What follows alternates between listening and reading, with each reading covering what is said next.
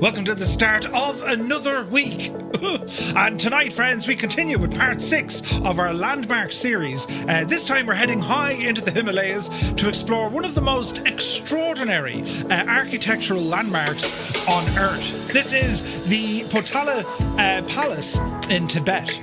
Perched dramatically on the Marpo Ri Hill at some 3,600 metres above sea level, the Potala Palace once served as the winter residence, would you believe it, for the Dalai Lama, and remains one of the most iconic symbols of Tibetan culture and history.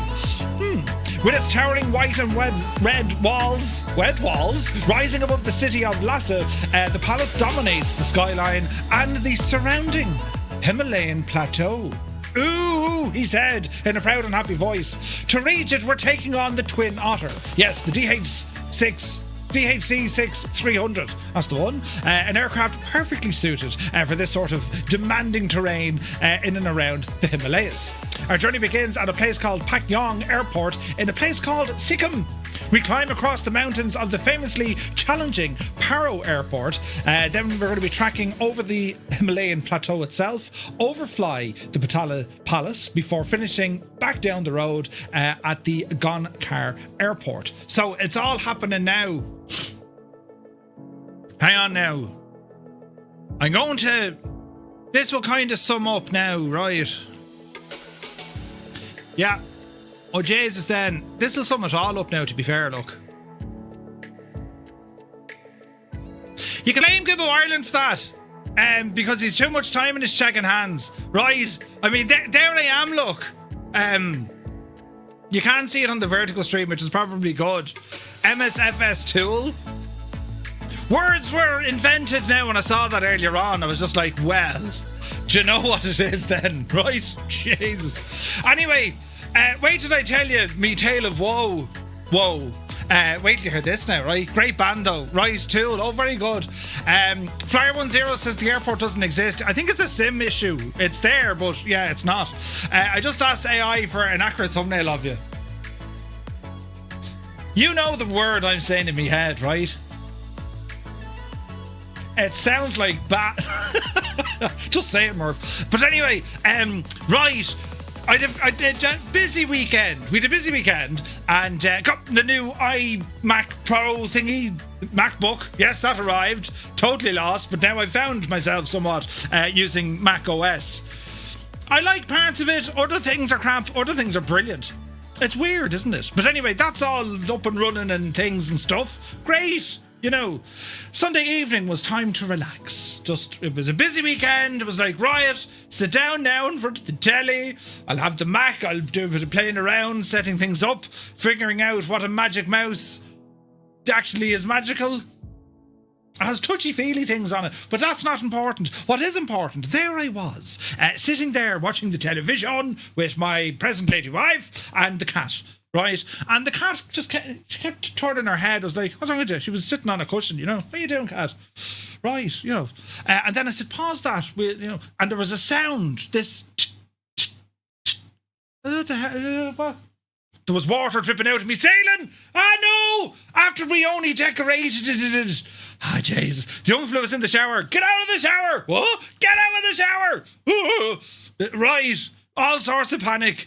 Ripped the side of the bath in me big manly state. Got terrible, ouchies all over the place here, lads. Only to find out that, yes, we sprung a leak. There is a leak. The good news is I found the leak and I did a little bit of repair work earlier on and now have to go off and buy a shower. The idea I had wasn't very popular at home. I said, well, just stand in the garden. I'll hit the hose. It'd be grand. Be cold, right? But the drainage would be second to none. No, they didn't like that. So, yeah, right. That's where I'm at now. Brilliant. Never a dull moment, is there? You know, everything's going grand. You just want to chill for a little while. And then, you know, things happen. But anyway, it's great to be here. I've been looking forward to this flight. The old Twin Otter. The Irish Garda Air Support Unit bought one of these. or maybe 2. But they're a newer variant. They're the Dash 400, I think.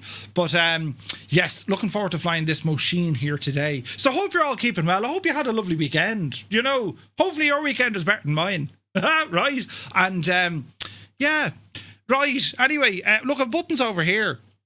We'll calm it all down now, lads. Roll up the sleeves. We mean business. It's business time. As CP65 has rambled in, good evening to you. Happy Monday. Tarnish Mossman is here. Hello. Viperstrike is in the chat. Welcome aboard, buddy. Photos by Kev. Good to see you, Kev. Quacka is in the chat. Welcome in. Mrs. TPHI has arrived. Not upside down. What? I'm only joking. It was a double upside down moment, meaning that she started upside down. She's still upside down. It makes total sense. I imagine when we get to like finally meet in real life, you know, you'll have Mr. TPHI and then Mrs. TPHI, but she'll be inverted. You know, they walk around like that. She walks in her hands. You know, that's what happens. Welcome in. Eamon is here. Good to see you. McManser, happy Monday. Zith is here. Twits in Twatters. Yes. Tenure, happy Monday. Anthony V. Good morning from Hamilton, New Zealand. Good morning, buddy. Hope you're well. Spitfire RAF 100 is in the chat. Happy Monday to you. Commander Balosh is here. Fierce Wolf, looking fierce. And Wolfie, welcome in, buddy. Heisenberg, good afternoon. You're only 4 hours behind right now on the east coast of the US. So what did you do? You sprang forward, isn't it? So you're an hour closer to us. But we change in a couple of weeks. And we spring forward, but that moves us backwards. Right, so yes, Zulu time, it's great. But anyway, hope you're well, Heisenberg. Malky Mack is in the chat, good evening. Winkle Gassler is here, hello. The Impossible Face, if you run a DHC-6 on one engine, does it technically make it an Otter? Yes, it is. Stick Figure, welcome aboard. Hope all is well. B. Carlo, hello. North Coast Mike, good evening. Tools I use on the YouTube, great stuff. Thank you very much. But they keep calling me a tool. Tool, a big tool, a giant tool. Norse Viking, good to see you. Hope you're well, buddy. Super Typhon says, how are you, Murph and chat? Hope you're all doing well. I got teeth surgery this Wednesday. I have 2 worn out molars and 3 wisdom teeth. Jesus. Super Ty, we'll be thinking of you. The Boise, a very good evening. APU Inspector is here. Wills, 1985. Happy Monday to you. Killswitch, good to see you, buddy. 100 streams in a row, man. Thank you very, very much indeed. Lenny Bobbins, tis herself. Welcome aboard. Shovel Shoes, shovels in. AJH John, welcome in. Gibbo Ireland. Gibbo, the man who can change pictures. Good to see you. Welcome in. And, you know, you can read, right? You can sense what's going on in the brain, right? Kanzui, hello. Good to see you, man. Need to do the thing with the yoke, right? But yes, Larry's here. Good to see you. Do we need floats today? So many variants. I brought floats in case we needed them, because there's a big old lake along the way, and we might just, you know, splash down to see what it's all about. Creo, happy Monday to all in County Mayo. Good to see you, buddy. Gibbo. Jesus, watch me wallabies fade, mate. Terrible. Patrick Doyle is here. Good to see you. They're sending me pictures. It's terrible. Right. Patrick Doyle, hope you're well. Dude, Idle Cutoff, Cambridge calling. Hello from Tipperary. Hope you're well. Old Veteran 965, a very happy Monday. And for some, unhappy time change. Yes. What's the old temperature? It's 7 degrees in Tipperary, lads. 7. You know, it's great to have. Such a thoughtful bunch of moderators who, at every moment, are always there with encouragement. You're doing a great job, Murph. We're watching you. I've had so far today pictures sent of me of strange people, weird looking things, and Twitch for idiots. Great bunch of lads, right? A great bunch of lads. And I'll get to see all of them, you know, but I to see Gibbo and Muse, but I'll get to see Scott this year as well. So, like, you know, right? I want to be quick now. I'll get my revenge. Yes. But anyway, Winkle Gassler, good to see you, buddy. AZ Blue Line is in the house. Good afternoon. Who else come in here now? Febro is here. Cracker, good evening. Muse fan bursts in the door like a mad joke, but then he started slagging me. It's going to be a great flight, folks. It's going to be truly awesome.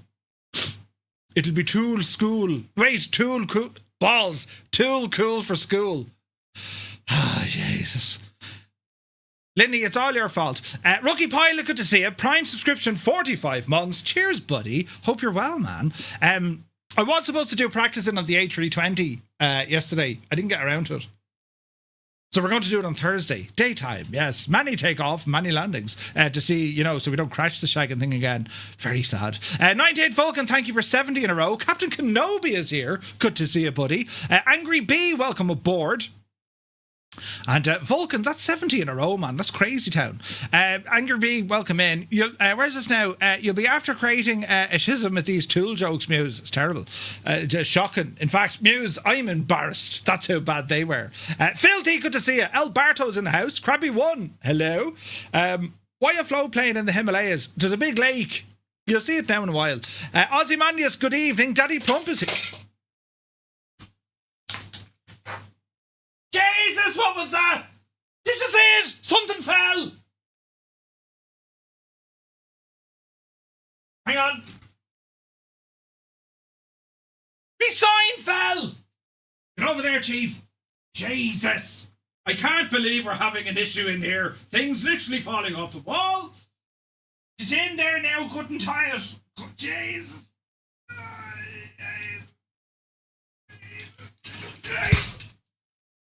Words! I need words! They start with fa and they end with ba. Go.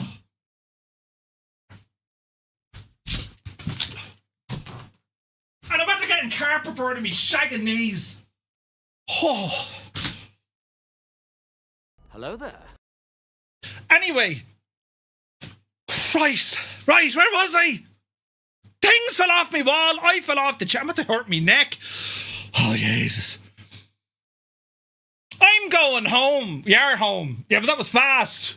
Yeah. Bloody hell. Yeah, there's a lake. Super tired. There's a lake. Oh, Jesus. Daddy Plum, good evening. Larry Gopnik is here. No, shag off. There's no... I'm about to hurt me toe and me knee. I'm about to get carpet burn on me knee. Anyway, who else come in now? Great band, though. Yeah. I asked. Yeah, great shower. Yeah, shower. Oh, Jesus. It sounds like the name of a large ship that carries oil. Let's go with that. I have the airport, but no parking. Yeah, that's okay. Small mouse. It is a small mouse. Energizer. Jesus, I still have nightmares about that mouse. They called it a magic mouse. Right. Sunshine and minus 13, says Lucky. This has gone terrible bad. What's after happening? Winkle Gassler, good evening. Currently without heating and warm water. Oh, Jesus. Tarnish Mossman, Alik, hey, good to eat your greens. Alik, I'm telling you. Zybok, good to see you. Calling from Denmark, hello from Tipperary. Hope you're well. Grimmy McGinn is here. Macam Dad, good evening. Quacky is here. Quaggy says, ahoy there. Ahoy. Good to see you, buddy. I need to go lie down or something. You know, you welcomed me 3 times. Listen, you know, my clock is fine, thanks. Yeah, you can see it up there on the wall, right? We're off to a bad start. Mayor of Bratby, mayo for Sam. Best of luck with it. Mac Vision, good evening. Olsen is here. Larry says, the best mayo is from Louisiana and they call county parishes down there. Really? They call counties parishes. Interesting. Grand is here. Good to see you. Hermit something. Very good afternoon to Boston. Hope you're well. Flying Trits, good evening. Trolls with permissions. Yes, Malky, yes. Is there a hand sign showing IQ? Wait, what? Goose, Uniform Goose. A very good evening to you. Hope you're well. Here, don't be blaming me. I didn't do anything yet. Wait, what? Not all of us are idiots. Twitch for idiots. I've come to the right place. Hello, Voicey. Welcome in. Locust is here. Good to see you. Soaring AJ. AJH, man. Hope you're well. Flying Tonight. Good evening. Jesus is right. Where's this now? He's about as good as the actor on Tool Time. Ghost in the Machine. Right, it was a huge spider. It wasn't. Daddy Plum says it was his fault to push that off the shelf. It's like Interstellar, you know. Matthew McConaughey is back there somewhere pushing me stuff, you know. All right. No. But anyway, Willow, how much good to see you. Sunjammer, welcome aboard. He needs a tool to fix it. So we're either going to get 45 centimetres of snow or 45 millimetres of icy rain, says QC Frank. Jesus. You've got one of those poltergeist thingies. Right. Balls, yeah. Someone from the future is trying to send a message. Hammy, right, that's what it is. You need to be put in a bubble. I do. Do you need help? I do. Help. Somebody help. 2 years ago, I introduced my mate to Murph Stream and 2020. Yesterday, he did his first Discovery flight on a 152 after signing up for his PPL. Foisey, that's great news. The things you do for a giggle. Who? You make me feel better about the fall that I took this Saturday. I'm still hurting for it. I'm old. What's your excuse? I'm a tool. You should know better, right? The ergonomics on that thing hurt me hands. Right? Wait now. But there's good news, Murph, says Muse fan. If you fall and everyone laughs, that means you're still relatively young. If everyone rushes to help, that's when you know you're old. Right. First words I hear, says Dougal McTavish, are, I've got carpet burns on me knees. Jesus. There's context to this, I swear. Maybe the Mac has voodoo on it. Nothing but bad luck since. I reckon so. Right. It's here in front of me. Can you... hang on. Look! You can't see it, but it's there. Look, I can move the mouse and press... Well, there's nothing on it, I suppose, but that's where it lives right now until I find somewhere for it. You don't even know it's there. Look, it's all hidden and stuff. Ooh. What's my battery at? 99%. Oh, Jesus. Jesus, get out. Imagine. Could you... I didn't mean to drop that. Could you imagine if I dropped the whole laptop? That's gone to a place I'll never find. But anyway, right. Stu Snape is here. Good evening, Stu. Hope you're well. Jan is here. Greetings from Switzerland. Hello from Tipperary. You're looking well, buddy. Who else come in the door now? Your beard growth is too little, too late. There has to be someone around to help. Yeah, right. It's blinding me. We are expecting worse things today. Are we there yet? No. Murph spent all that money on a Mac and it has nothing on it. Moving on abruptly, there's loads on it. There's all sorts of things. Buttons and keys. I got a camera working. I tested audio. I did, very busy, Captain Sticky Rice is here. Good to see you. Dave Cleary, legend Dave. Welcome back, Dave. Frank, good evening, Frank. Hope you're well. Kieran Nile is here. Black Sheep Jean has rambled in. Good day, Jean. Shane Eyre, welcome aboard. Cy Voltage, happy Monday, buddy. Your Sim CFI, a very good evening to you, man. Captain Atlas is here. Mike Coffee, good evening. Let me see. Gibbo needs to work on my order. Wait, what? Flyboy Dyer, welcome in. J.O. Shanks, Zeppi from Ireland, welcome aboard. Now, let me see. Is a small plan, welcome in. Icarus, hello. Bears Bikes is here. Jake Mitchell, good evening. Mr. Anderson is in the house. Delta TriStar, welcome in. Sign Field Ops. Wait, what? Scob, welcome in. Who's this now? Joel Pilot, good evening. Hello from Tipperary, buddy. Now, I'm excited for the Twin Otter, but can't sleep waiting for the caravan. Oh, can't wait for the caravan. Cannot wait for the caravan. Northland Air, happy Monday, buddy. Hope you're well. Right, are we all caught up now? Where's my mouse? Stop. Now, we'll move over here. Yes. And we'll get started before I break something else. The microphone's a bit kind of, isn't it? Right. Murph, you're having a bad enough time of it. I'll give you a break today. Come on, Heisenberg. Very kind of you. In a former life, I was an Apple tech, says Digital Merc. What? Really? That's mad. But yes, 1 minute 28. Oh, good man, we're into it there now. LP Patrol, good to see you. Let's hope what you've got, Murph, isn't catching. Yes, contagious. What's that? The Muppetry, Murph, did you open a shop called Tool Station? One not far from me. Heapster, good evening. Hope you're well. I'm going to roar myself to sleep tonight. Crying. No, I've had a terrible day. Everyone's out to get me. I've figured... my knee! Things are falling off me shelf. I fell off my chair. I'm going to get myself carpet burning my knees. But anyway, it's all great, isn't it? Brilliant. Listen. Sure, listen. Isn't it brilliant? Right? Right, turn off this. Let's go over here now. Oh, Jesus, and get ourselves set up for this evening's flight. Yes, that's what we do. We have soundage, and we have a beautiful Twin Otter. Right, this is our chariot for this evening's flight. Now, we are once again utilising Groupie from Say Intentions for some of our multiplayer flights this evening. So we have a few people ready to rock. Not terribly busy. We're not on the map, which is weird. I wonder if I can't find the airport. We're over this neck of the woods, sort of nearly, right? And we'll see what happens here, right? So that is that. Next up, we shall have a look at Navigraph. You need to open Navigraph. And let us see. That's not it. That looks like it here. Excellent choice. Right, so on the ground here at Vepy, Vepy, it's a 46 nautical mile hike over to Paro. Now, Paro is, of course, one of the world's most challenging airports to fly into. But as we kind of follow the magenta line about, this neck of the woods at a place I can't pronounce, well, Congo, and Chapug, there's a big lake. So I might do an out splash and dash at the lake. Then, friends, it's all the way up and we'll visit the Potala Palace. Then we're going to overfly a heliport, and from the heliport at Lhasa all the way back down here to the airport. Ooh, which is only new. It's very, very new. So that is the style of it here this evening. I'm looking forward to it, though. So, shall we get started? We shall. So, our Otter, the Twin Otter, beautiful airplane. Aerosoft originally made this, or was a Hans Hartmann, and then, it was bundled over to Microsoft.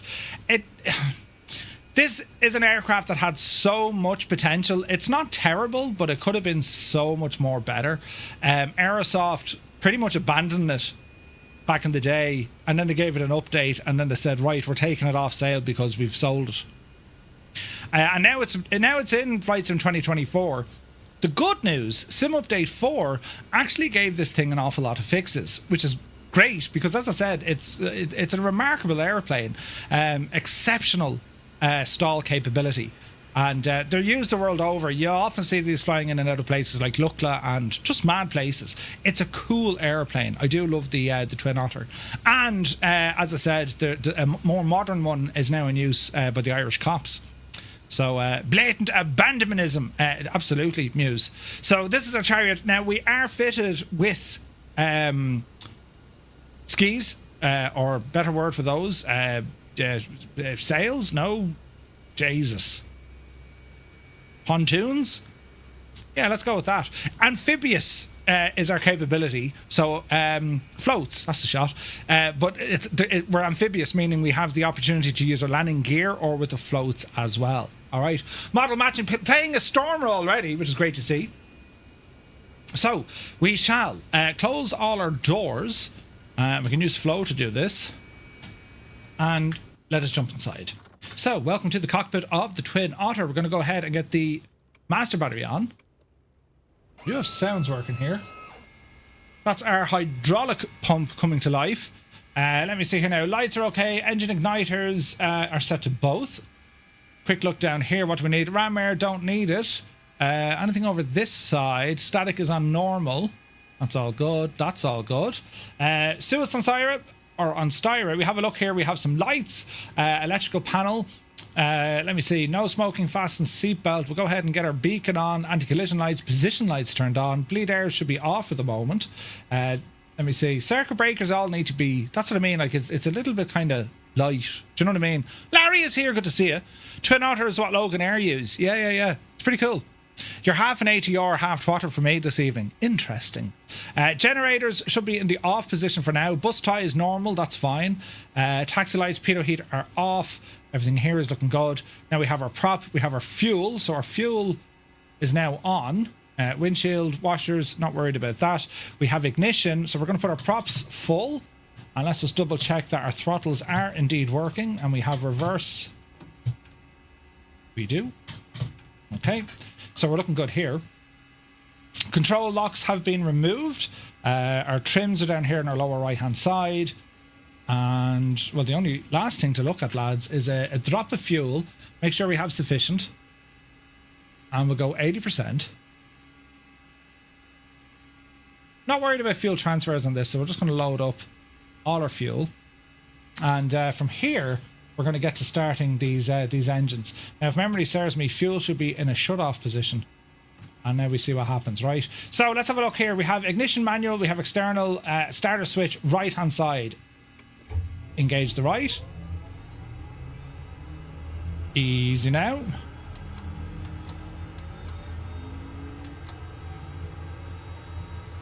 We have spinach. And we'll introduce some fuel. Wrong one. And we monitor. Prop is coming up.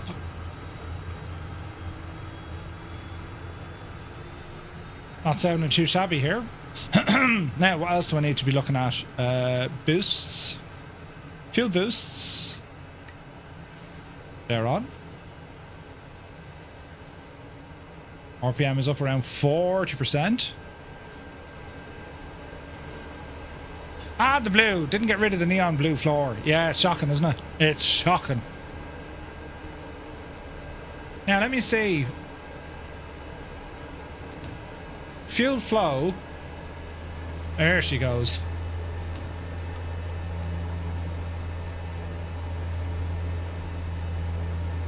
Booster pumps, generators. Alright, let's make sure we're doing right things here. Let's go ahead and get the generator on the right hand side. Reset and back. Flaps are okay. Bleed air right hand side can come up. And we'll go for start on the left side. Alright. Seems all the Havillands have that yoke set up. So some of them have a single yoke, other ones have dual. Okay, we're sounding good here. We will turn on our fuel. We're sounding good, lads. We're sounding good.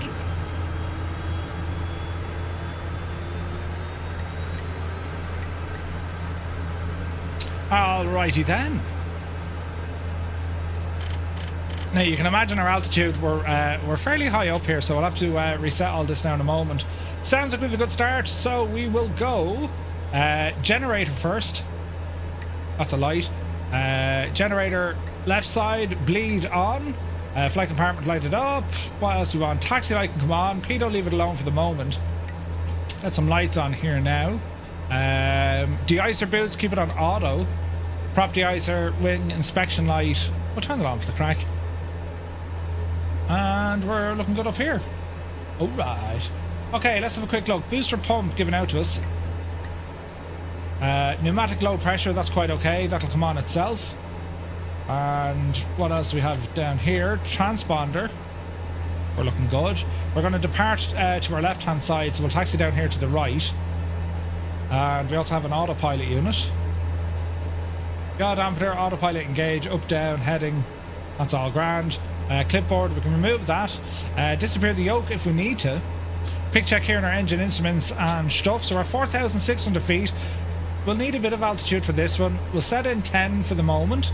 And we can always go a little bit higher than after that. Alright.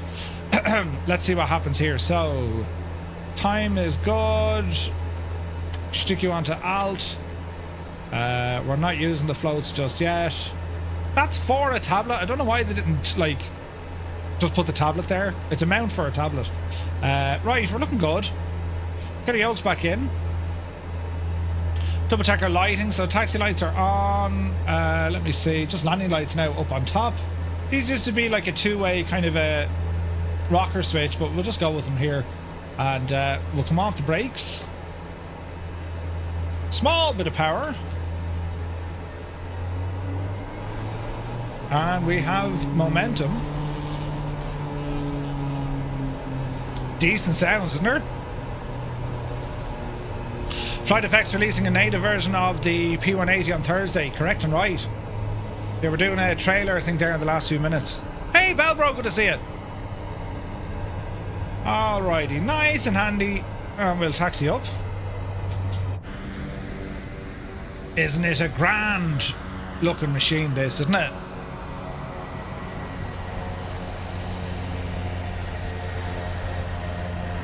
Alright. right. Now let's have a quick look. So with say intentions, make sure we are on the correct frequencies. Group flight 123135 and traffic November 235 Romeo Mike. We are taxiing to the active. We're going to be departing here out of runway 20 traffic. These are used a lot in the Bahamas. Yeah. Okay, let me see. Flaps. Now we do have a hydraulic pump we can turn on manually, I think. It's located around here somewhere, but fuel, pneumatics. I thought we had a switch for the hydraulics in this, no?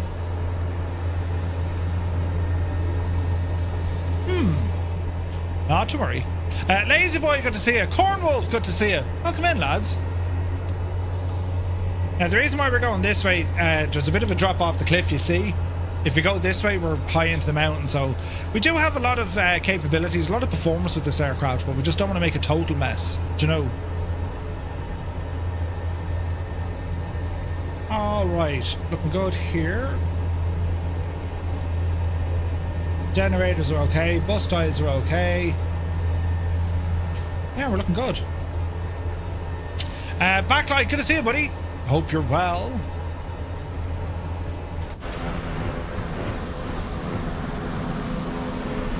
Man, isn't it a cool looking plane, isn't it?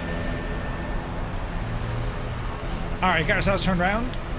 That poor El Baron looks like it had better days. Beautiful, is this Cirrus? Easy now. One Foxy Bingo Gav is here. Welcome in, Gav. Alright. Quick check before we go. We'll line this guy up with our runway heading. Easy now. Roughly there. Alright, so walking, talking, and we're squawking. Alright, lads. It's time to fly. Let's go. Power coming in.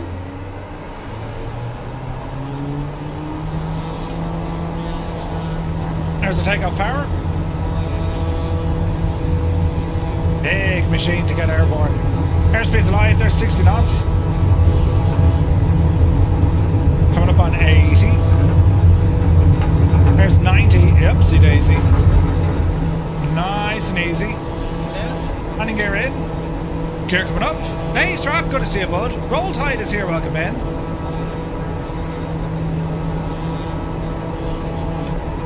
Flaps in.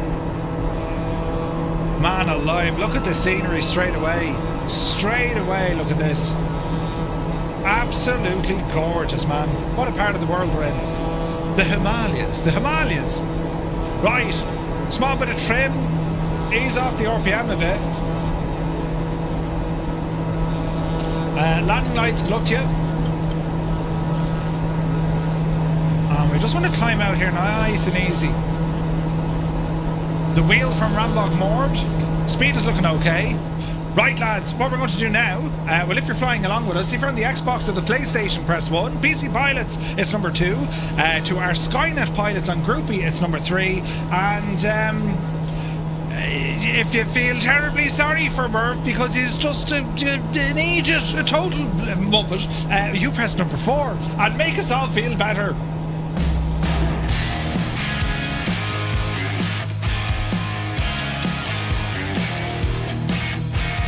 Hello, Fireflies.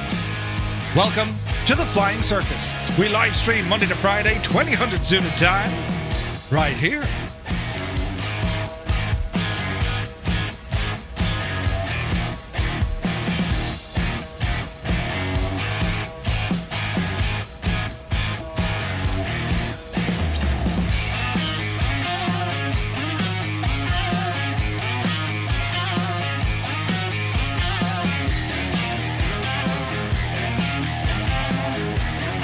There's so many fours.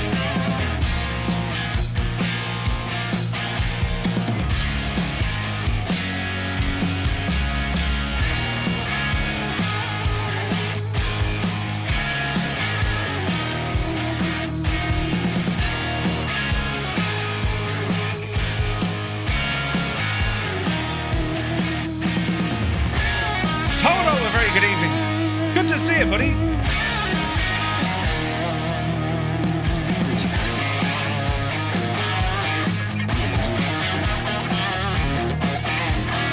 What a machine.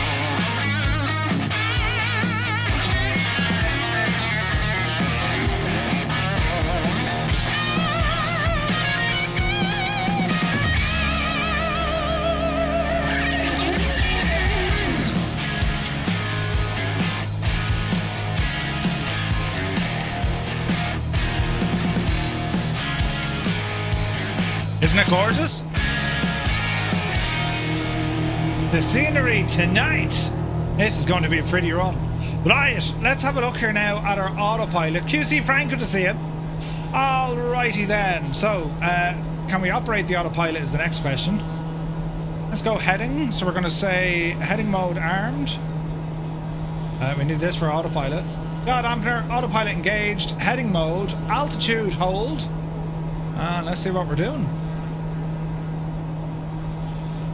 Alright. 8.5 is okay for the moment. We will need to climb. We need 12.5, I think. But we're looking good. Ed, good to see you. Nice scenery, indeed. The twatter is so good. In VR. Ooh, nice. 4, I think. What number for painting liveries? Are you working on liveries tonight, Cornwolf? You man, divil you. Alright, right turn coming in. Quick glance out to the right side. So we're going this way. It's a bit of a ravine we can follow here. And as I said, our first stop is Paro. Now we need to figure out the runway for landing. I think we're going to go with runway 33. So we'll play it by ear. We're on live weather, not live time. It's the middle of the night over here at the minute. But sure, listen, won't you be grand? We'll be absolutely fine. Easy now. I'm working on a little something myself, not a livery. You surely are. You surely are, Kanzui. Less than an hour and already flying. This is nonsense. Baloot, good to see you. I'm telling you, I fell off my chair and everything, Baloot. I want to hurt myself. I'm injured. I'll be alright though. Oh, James, we need to climb. Let me see. VS. And then up. 1, 2, 3, 4, 5. That's not working. 1, 2, 3, 4, 5. There we go. Climb! Climb, you fool! Okay, disappeared the yogurt. About 1,000 feet a minute. Watch your speed as we do this. We should be alright. Once I caught a fish alive. Wait, what? Ooh. Man, look at the scene. Look at the mountains here. Ridiculous. That's an altitude alert. Sender up to, I think 12.5 is what we need, so we'll lock that in. And let's have a look. The model is made by Inibills. I think they tweaked it to make it work. I could be wrong though. Maybe I am. Because I know I know Aerosoft had one, and then Inibills have taken over a lot of the default aircraft. Favorite pilot, where we are flying today and what server? Garcia, good to see you. So we're on the Southeast Asian server. We're flying in around the Himalayas, and our first stop is going to be Paro, Victor, Quebec, Papa Romeo. As we kind of ramble, kind of straight on this direction as we're climbing. So we're looking good so far. Is there a modern cockpit version? Not in the sim, but in real life, yes. As I said, the cops in Ireland have one of these. It's a cool plane, man. The Twin Otter is just a phenomenal airplane. And they're huge. You wouldn't think of it. These are properly huge, like they're a massive plane. There be Frank. Chase, we've got loads of people, lads. This is deadly. Look at this thing, man. So 142 knots. Yeah, we'll have her work it out for us. Man, alive. Look at this up here, look. It's like the villages high up in the mountains and stuff.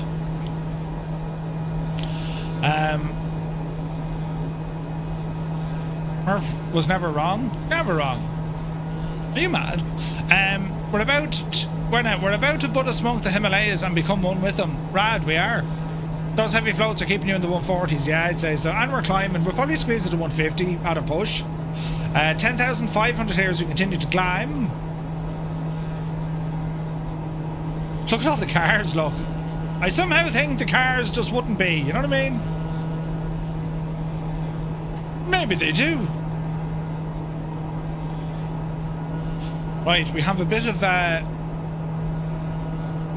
ground to ply up here. Murph, have you got your hands on the new A340 yet? Yes, we'll be showing it off on Wednesday, Cornwolf. Got to fly one in the Air Cadets. Oh, nice, Lucky Bow. That's awesome, man. Oh, they're a gorgeous plane.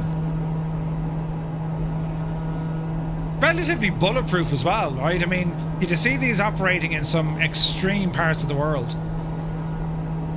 And a couple of reasons, right? Yes, they have short takeoff and landing capabilities, but in terms of maintenance, like, you can pretty much fix this thing with a hammer. That's all you need. A hammer will do it. Yeah, but Murph, the glass is broken. Use a hammer. Totally fine. Looks like they're having a rally down there, right? Made in Canada, yeah. De Havilland Canada made this. And they're used the world over. You can see a good few of them in Ireland. The Ordnance Survey hire whatever company to fly them. And they go around doing all the map photography. I think when York says when he gets some of his new photogrammetry stuff, they typically be in these sort of airplanes as they fly around. Now, 12.5 is a little bit ambitious here, but sure, we'll see. Nowadays, Viking aircraft make them, says Larry. Ah. Larry, if I didn't already say hello to you, hello, Larry. Good to see you, bud. Okay, they're bulletproof, but are they Murph-proof? Well, I mean, come on. Is anything these days, right? I wish they were. But yeah, I got my new laptop, lads. Very fancy. Jeez, the screen is absolutely gorgeous. You know. They flew two from Calgary to Antarctica a few years back. Medivac someone out. No way. The retina screens, yeah, they're unbelievable. I said hello to you already, but you're hello again. Brilliant. New tech. What you got? Laptop. Yeah, I got a MacBook Pro.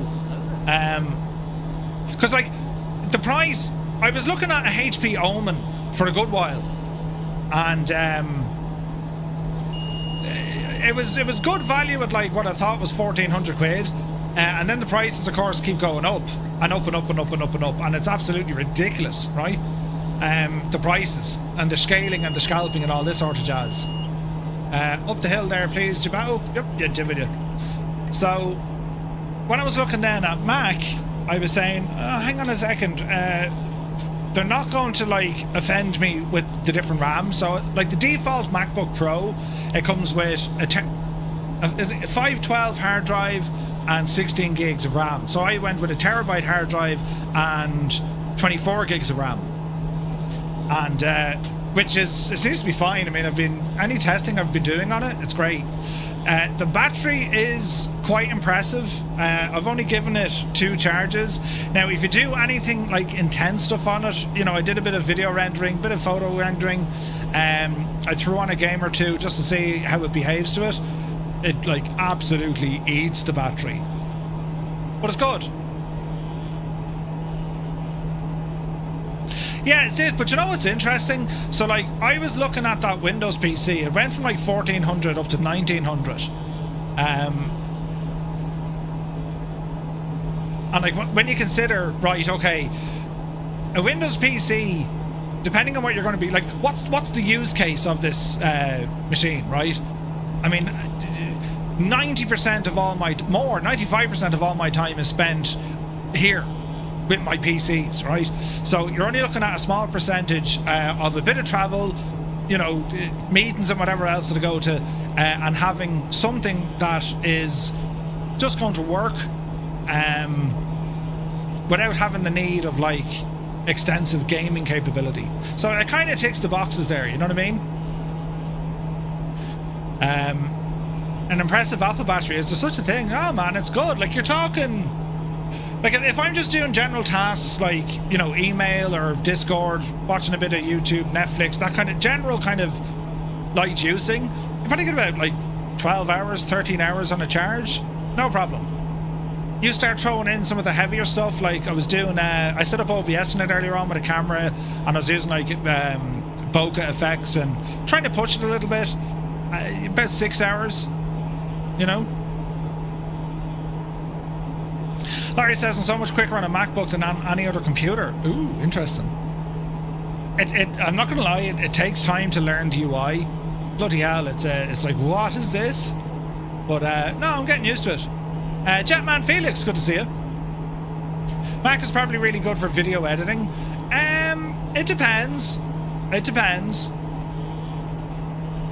Like my own PC, my PCs are faster, but like, again, if you know you're going to do something out on the road, amazing stuff.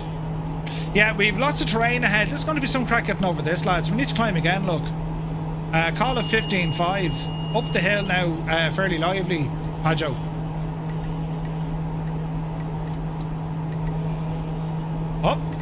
Up. We need to climb. And we can kind of bail out here to the left if we have to. But yeah, Macs are only good for other people. I use a Mac for audio and music work. It's a blessing for that. The ARM MacBook's pretty impressive. Yeah. One button mouse. No, it's left to right. Kev, good to see it.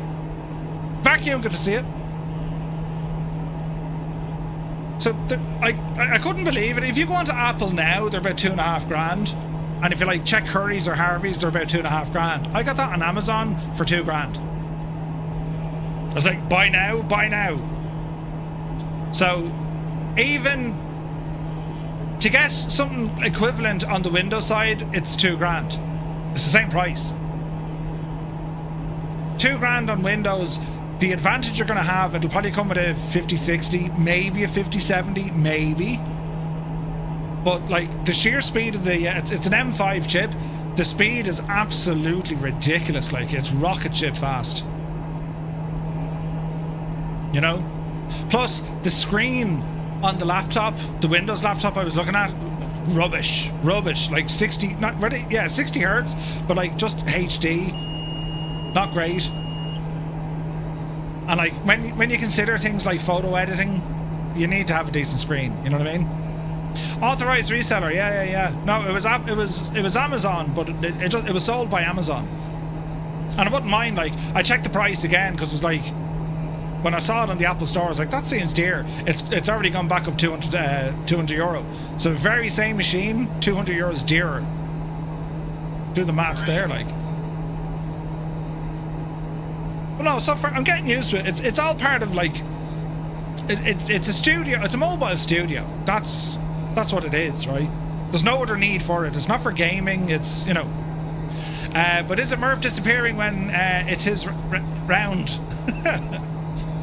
Did you say round? I just need to use the bathroom. Man alive, the views. Okay, 15.5 is safe. And then it'll be a steep descent into Paro, and then we'll start going through our notes once we land and take off again, because it's our first stop is literally up here, like. So we were saying runway 33. We're going okay. There's a VOR we can tune into 108.4. Well, we're all right. Keep it on the straight and narrow, and let's see how we fare out. You just can't run the second one, say it's only the first one.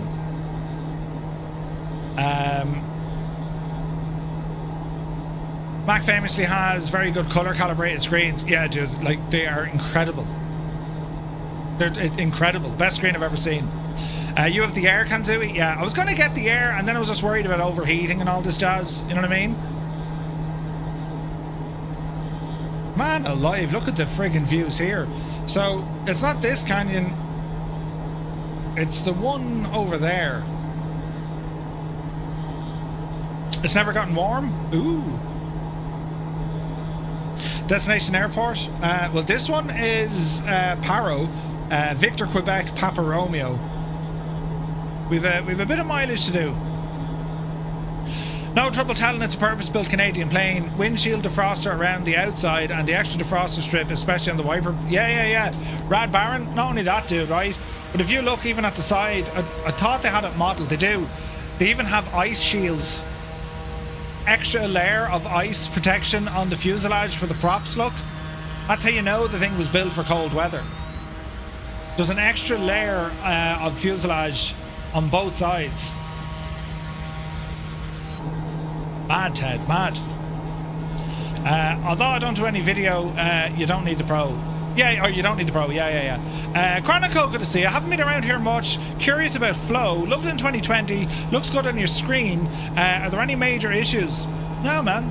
There's a couple of limitations, but only a few. I can't, I can, but I don't want to use the sim without Flow. Flow, I think we all agree, lads, is absolutely brilliant. It is magnificent. You know, hey, Wexford Hurler, good to see you, buddy. Welcome in. Right, Paro is down here somewhere.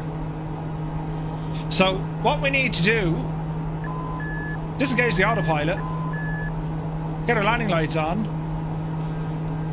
and, well, prepare to drop. It's well worth it, Chronicle. The sounds they gave this plane aren't very accurate. I agree, Super Tie. Super Tie, so I remember on the Aerosalt version, there were sound packs from FT Sim, I think, and they really made it good. They really made it good. Right, there's our airport down there in the lower left, so we're just going to kind of circle down this way, drop off a bit of altitude, ease our speed and power, and just get that nose down here a little bit, and we can follow that river in. Your old laptop, about 8 years old, can outrun a Mac of today. Depends what you're using it for, though, Mike, you know what I mean? It all depends. Like for me, gaming and all that jazz, it's not a need on a laptop. I mean, technically I could, right? I mean, you can use Microsoft Flight Sim with cloud gaming, the Horse X-Plane onto it, right? But there's no point. This descent is too steep. Hey, Hassan is here. Good to see you, buddy. Hope you're well. Great seeing you earlier on, man. Right. Hopefully now, you know, we don't make ourselves famous for the wrong reason. Why use the float version of the Twotter? Because it looks better. And I'm probably going to need them later on, Viper. Because there's a big lake up the road I want to land at. You know what I mean? Look at that, though. That's absolutely deadly looking, isn't it? But yeah, Mike, you are 100% correct. Even older Windows laptops, in terms of their capabilities for gaming, because they have that kind of, you know, designated graphics unit, you know, the landing gear is down. Funny enough, we have landing gear to pop out of this. Watch.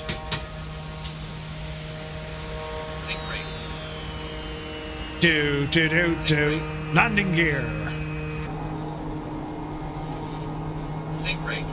We're all right. Horse it in this way. The float's too odd weight. Yeah. Kill the power, drop the bar board, nose down, descend. Yeah. We will. We just want to get ourselves turned around. Want to follow this river in. Easy now. We're all right. We're all right. All right, that airport should be dead ahead, which it is. Disappear the nameplate so we can see it. There it should be. All right, watch the power. Now we just follow the river. You're only starting out. Ordered a gaming PC recently. Do I really need a tablet? But put it this way, Jay, all right? If you can offload apps off your PC, the likes of Discord, Navigraph, web browsing, watching YouTube or Twitch, it just means you're not tying up resources trying to run them efficiently, and your sim can just use everything on the PC. It's probably the cheapest upgrade for a lot of people now, considering the prices of RAM and all this kind of stuff. You can pick up a tablet for like 60 or 70 bucks, and using a tablet, as I said, for the likes, Navigraph isn't particularly heavy, but if you combine Navigraph with Discord and web browsing, it becomes heavy. And it can just chip away at your RAM and also your CPU. So if you can, use it without it. You can get external graphics cards. Not laptops, sorry, Scott. Tablets. You can get tablets for $60. Go onto Amazon. They don't need to be like top of the range. A tablet is a tablet, right?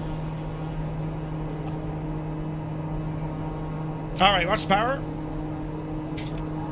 Not your flaps.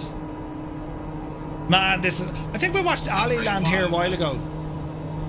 This is a crazy airport. I watched Dougal Land here as well. Crazy. Landing on the river. Nah, we'll save it for the lake. Too low, flaps. Easy now. Better mobs. Too low, flaps.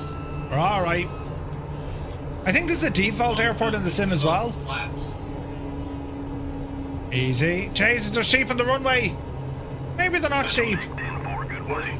30. What are they? 10. What are they? Dreamy, sleepy, nighty, snoozy, snooze. There she goes. Into beta. Just got a graphics card caddy.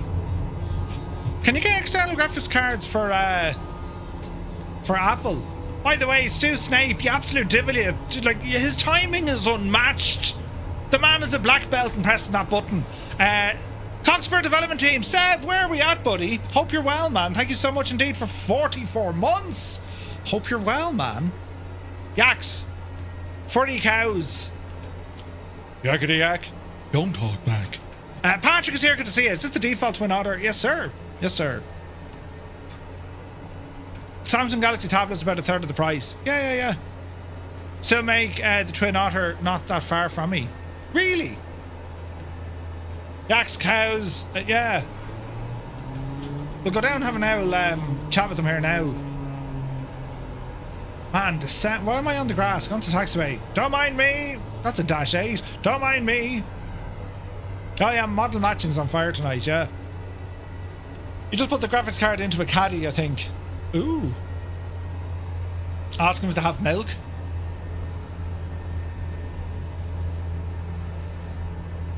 So this is one of the handcrafted airports of the sim. It's very nice. So our first stop, we're going to start learning about Potala Palace now. Once we get airborne, get a bit of altitude and head her on up the road. Jesus, don't run across me, lads. Oh, they're like a hybrid kind of a sheep. They're furry sheep, look. Or goats. Hang on, we need to go over and investigate. Don't hit him with your prop. Jesus, what are we having for dinner? Goat mince. Huh? Look at them running on the runway. They're yaks. It's not a sheep. Are they part of the sheep family? Like, they're not bovine. You know what I mean?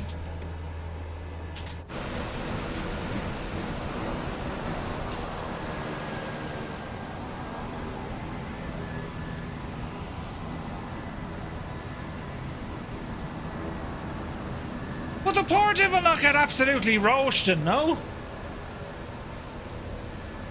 He's a bit of a... Jesus, don't wait there, mate. He's a bit of a kind of a gimpish walk by him, doesn't he?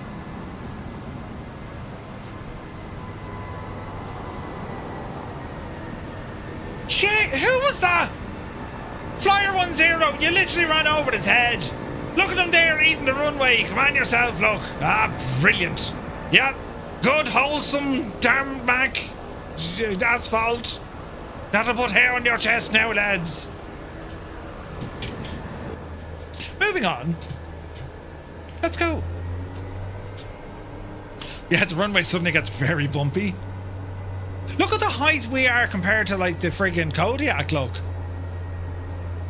It's a type of long-haired domesticated cattle closely related to cows. Oh, it is bovine, so. Right. Let's just go this way. That's handy there, look. Won't be long enough to get roasted. Big Al is here, good to see you.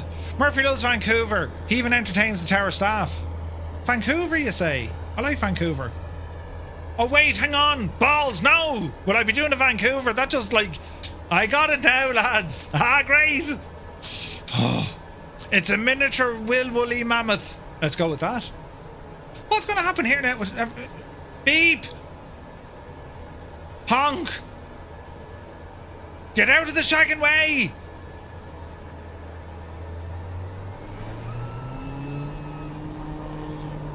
I wonder will they move? I mean, what if you were a cowboy but a yak boy? A yak boy, look at him run! Yeah, run off the runway. What Jesus then. We might move. Maneuver. We might be here for a minute. Right, plan of attack. We're going to take off out of Paro, gain altitude like a devil, and swing to the right. We have 162 miles. It's going to take us about an hour to get there, but we might do a splash and dash halfway through with a big lake. Apparently, they're also known as grunting ox. Right. Oh, Jesus, someone died immediately, look.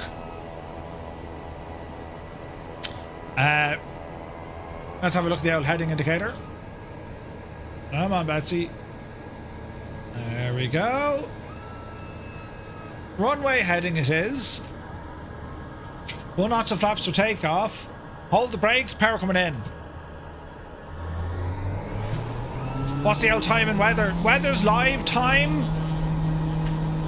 Time is 9:49 a.m. Right. We are moving. Get out of the way. Avert your eyes. Jesus. He's alright. He won't do it again. Speed alive. 80 knots. 90 knots. Yupsy daisy. Beautiful. Tanking. What a machine. The old engine sounds could be a bit louder though. Oh, Jay, look at the lovely temple. Right, let us go to... Jay, look at the temple. Beautiful. I don't think Otter's 8 yak. Right? 500. Alright, Betsy. Climb her up there now. Up the hill we go. Jeez, that's cool looking.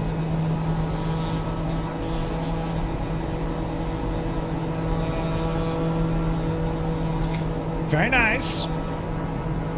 Okay, friends, we climb. Look at the height of these mountains. This is utterly ridiculous. What happened, Heisenberg? Were you trying to say utter? Utterly. My old outfit jumped from a twatter in the hills of northern Colombia on a joint with their SF. No way, Dougal. Heisenberg, it's alright. You're having the same day I am. Utterly. Right? He's sitting on the float now. Yeah, we're taking him. You know, he needs a name. You know, where are you going with old mate? We're just bringing him for a spin. He'd be grand, right? Permission to buy the temple tower. Sold to the highest bidder. Yes. Excellent. Jeez, the height of these mountains. We may keep this climb going. Bit of trim here. Place called Tunja. Ooh.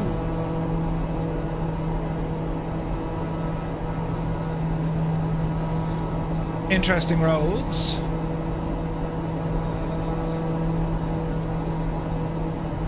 I don't want to be drifting too much to our right, but we need to climb. We're holding about 120 knots. Flaps are in. We're probably doing 1,500 feet a minute, are we? We are. Landing lights off. They at least have animals, but a CGD. I don't believe you. Where did you get the Otter, Merv? John, it's one of the premium aircraft in 2024. Paro was such a difficult airport, pilots are specially trained for it by reading everything in the procedures. Man Viper. Okay, a little bit on the right hand here. We're still climbing nicely, coming up on 11,000. Didn't mean to keep milking that joke. Jeez.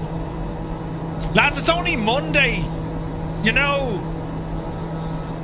Get this, right? It's a busy, I have a shocking busy week. Next week. Is it next week? Oh yeah. So next week, of course, Paddy's Day is on. Next week is flat out. Monday is the final of our landmark series. Tuesday, we're going to be on the Twitch front page because, well, we're Irish and sure, it's Paddy's Day. So our stream will start a good bit earlier on Tuesday. I'll be starting, I think, 1600 Zulu. Whoa, Ian Fisher, thank you very much indeed for the raid. Welcome in, Raiders. Happy Monday.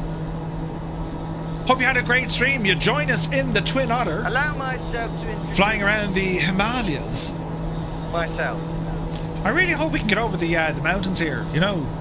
But I hope you're well, Ian. You're very welcome in, buddy.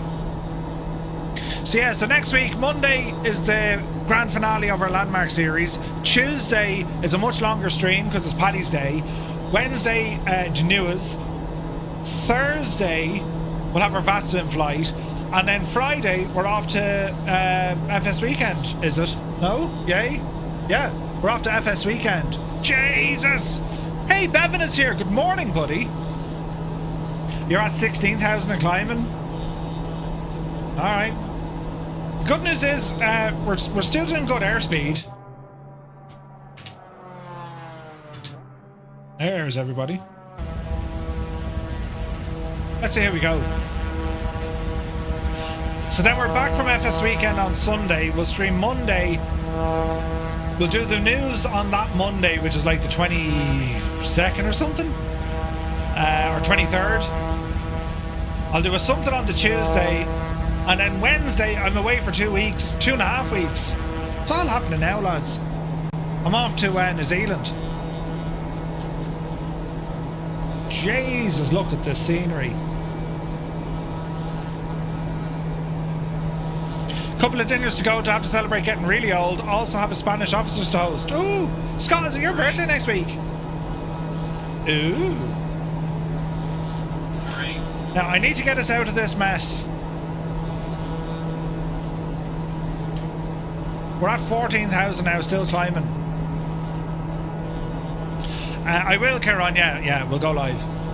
The big 70? No way. That's awesome, Scott.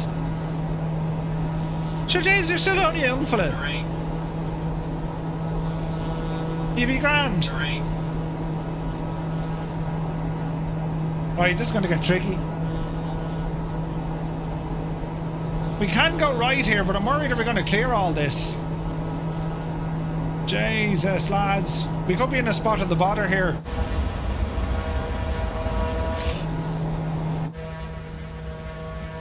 I like my trajectory, plus I kind of like the fact that the wind is catching us here. I say that with like compelling conviction. Our speed is dropping. You're alright. Hold her there. Once we don't drop below 80, we're okay. We'll use the wind on the mountains to give us free energy. Jesus. I would cross here. Down to our left and back up. This is a bit of crack. Panic!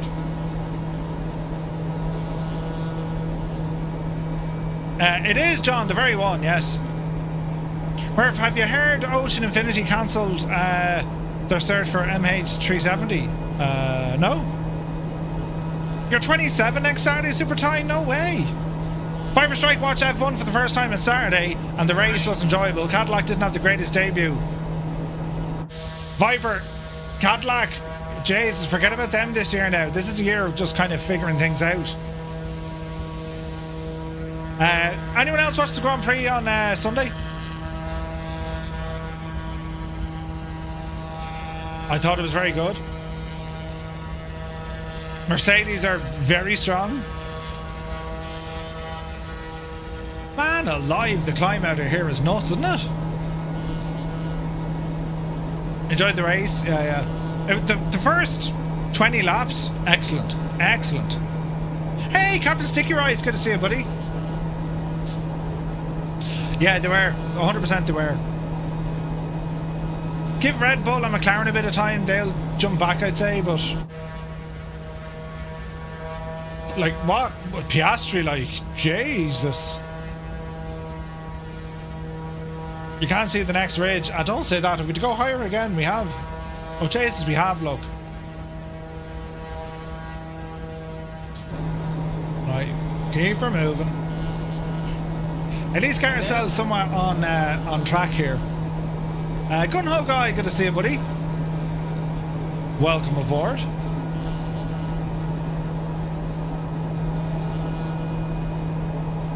Alright, we're looking alright. Look at this.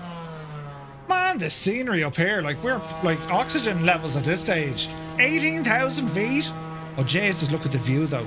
That is spectacular. Isn't that beautiful? Terrain. We're alright, Betsy. Bit of trimmage. Jesus, are we going to need like 20 odd thousand? We are.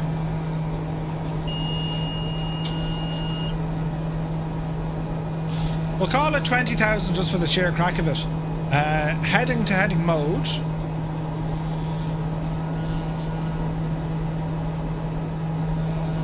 Easy now.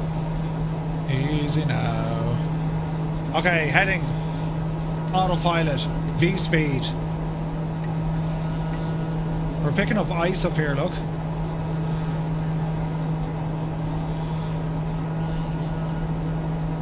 Okay.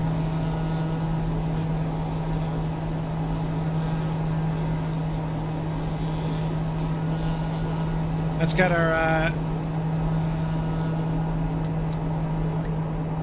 vertical speed active. Come on, Betsy. There she goes. Alright, we're looking good. We need a bit of tunage. Good call!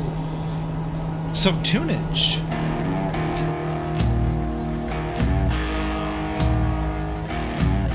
Man alive, look at those views.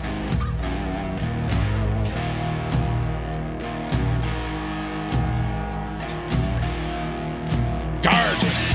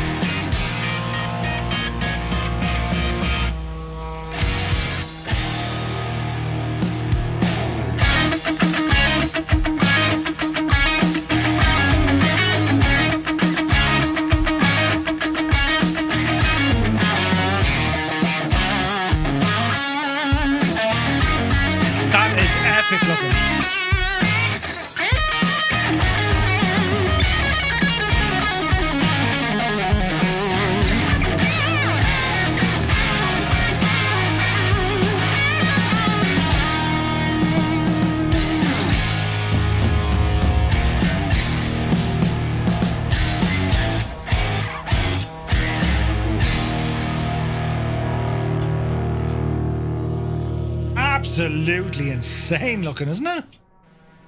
Look at that. Beautiful. Man, the height of the mountains. Jesus, lads.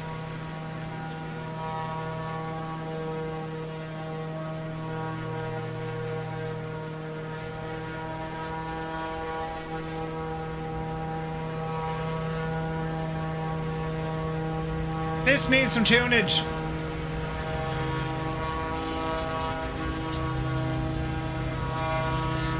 I mean, with that scenery?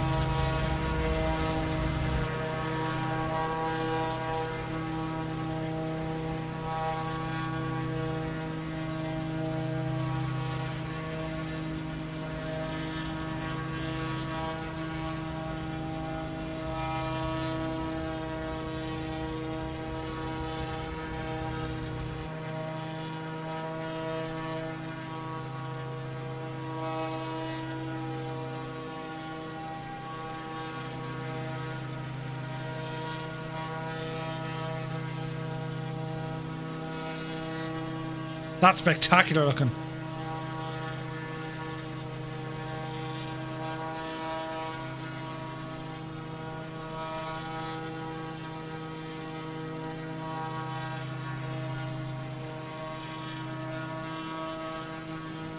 Yeah, you want to be at standard.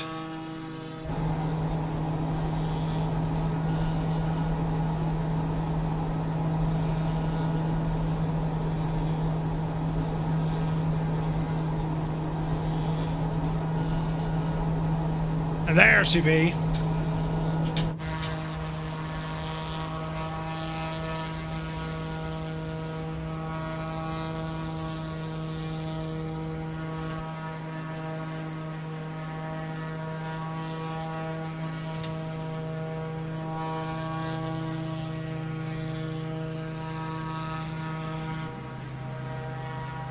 Look at it, man. We might need 23. Yikes.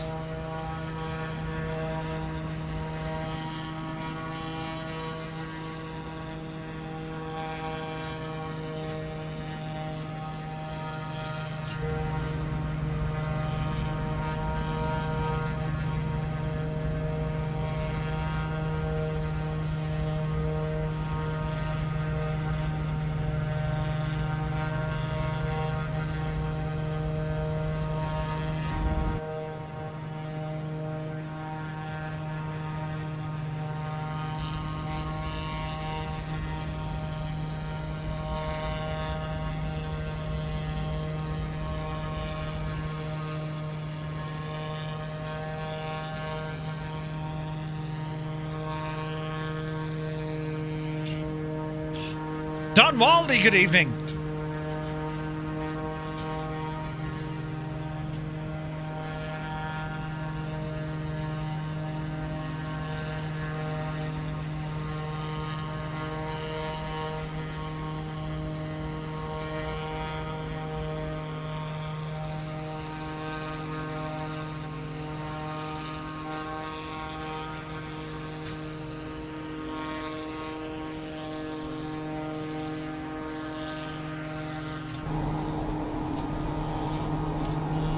Tis savage. Right. We have some notes. Absolutely, Muse. Okay, so barrel setting is good. Power is... yeah.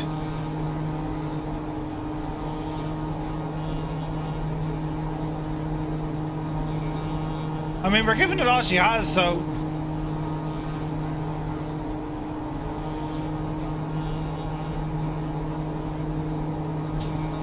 they look fairly big in front of us. Oh, right.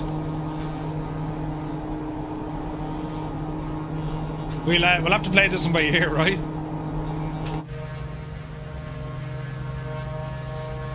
Man, this sim is so good for all the detail we have now with the mountains and stuff. It's incredible.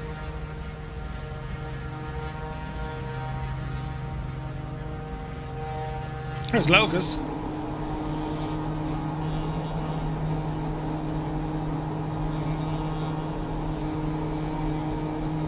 We had a little bit of icing. It's gone now, though. Right. We'll keep an eye on this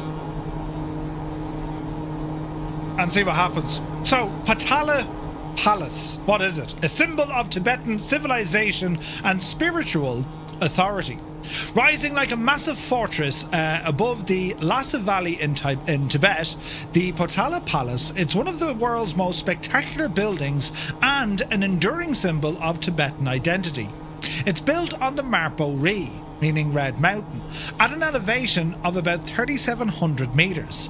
The palace complex, measuring roughly 400 metres from east to west and some 350 metres north to south, sloping stone walls up to 5 metres thick at the base, rest on copper-poured foundations designed to resist earthquakes.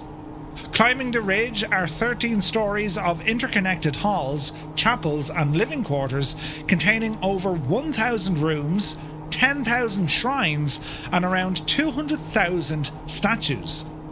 At its highest point, the building rises between 115 and 119 metres above the mountain and more than 300 metres above the valley floor. From 1649 until 1959, the Potala Palace served as the winter residence and seat of government of the Dalai Lamas, after which it was converted into a museum. Ooh. Down on the left hand a little bit. So the palace sits within the historic ensemble of the Potala Palace, a UNESCO World Heritage Property, together with the Jokang Temple and also the, wait for it, Norbu Lingka. It embodies Tibet's religious, political and cultural history. The UNESCO listing notes that the ensemble contains 698 murals, nearly 10,000 painted scrolls, numerous sculptures, and fine objects of gold and silver. The property covers some 60.5 hectares with a 190.8 hectare buffer zone. Look at the mountains where we're going. So, Songtsen's Kambo 7th century fortress. The site's history predates the current palace. Songtsen Gampo, ruler of Tibetan Turbo Kingdom in around 609-649, established his capital at Lhasa and constructed a palace on Red Mountain. Historical records describe this 7th century palace as an enormous complex with 3 defensive walls and 999 rooms. He built it as a residence for his Chinese wife, Princess Wenchang, and Nepali wife, Princess Braikuti. Jesus, he 2 wives, look, symbolising political alliances. The original palace fell into ruin after the collapse of the Turbo Kingdom in the 9th century, but parts of it survived. The Phak Pa Langkang, right, which is a chapel, and also the Chogyal Drupok, a small cave where Songtsen Gampo meditated, were incorporated into the modern Potala. Now, Evitech, good to see you, buddy. In the mid-17th century, Tibet was reunified under the Gelong school of Buddhism. Gelong? Or is it Gelong? Anyway, the 5th Dalai Lama, Nawag Losag Gasto, allied with the Mongol leader Gushri Khan, and defeated rival factions and established the Ganden Podrang government in 1642. To symbolise his authority, he decided to rebuild the ancient palace as a monument seat of government. Construction of the present Potala began back in 1645. The 5th Dalai Lama's advisor, Konchong Shopnal, selected the site for its strategic position between the major monasteries of Drepung and Sira and Lhasa's old city. The external walls were reportedly completed in just 3 years, while the interior decoration and furnishings took a further 45 years to finish. The complex evolved in phases. The White Palace, or the Pothrang Karpo, was completed in 1649, and the Dalai Lama moved there that year. This secular section served as the living quarters and administrative offices of the Dalai Lamas. It contained audience halls, throne rooms, and government offices. The Red Palace was added between 1690 and 1694 as a memorial to the 5th Dalai Lama. Jesus, lads, we need to climb here. Let's park. Oh, Jesus. Let's panic. Oh, altitude. No, altitude. Yes. V speed. Up. Oh, Jesus, will you go up?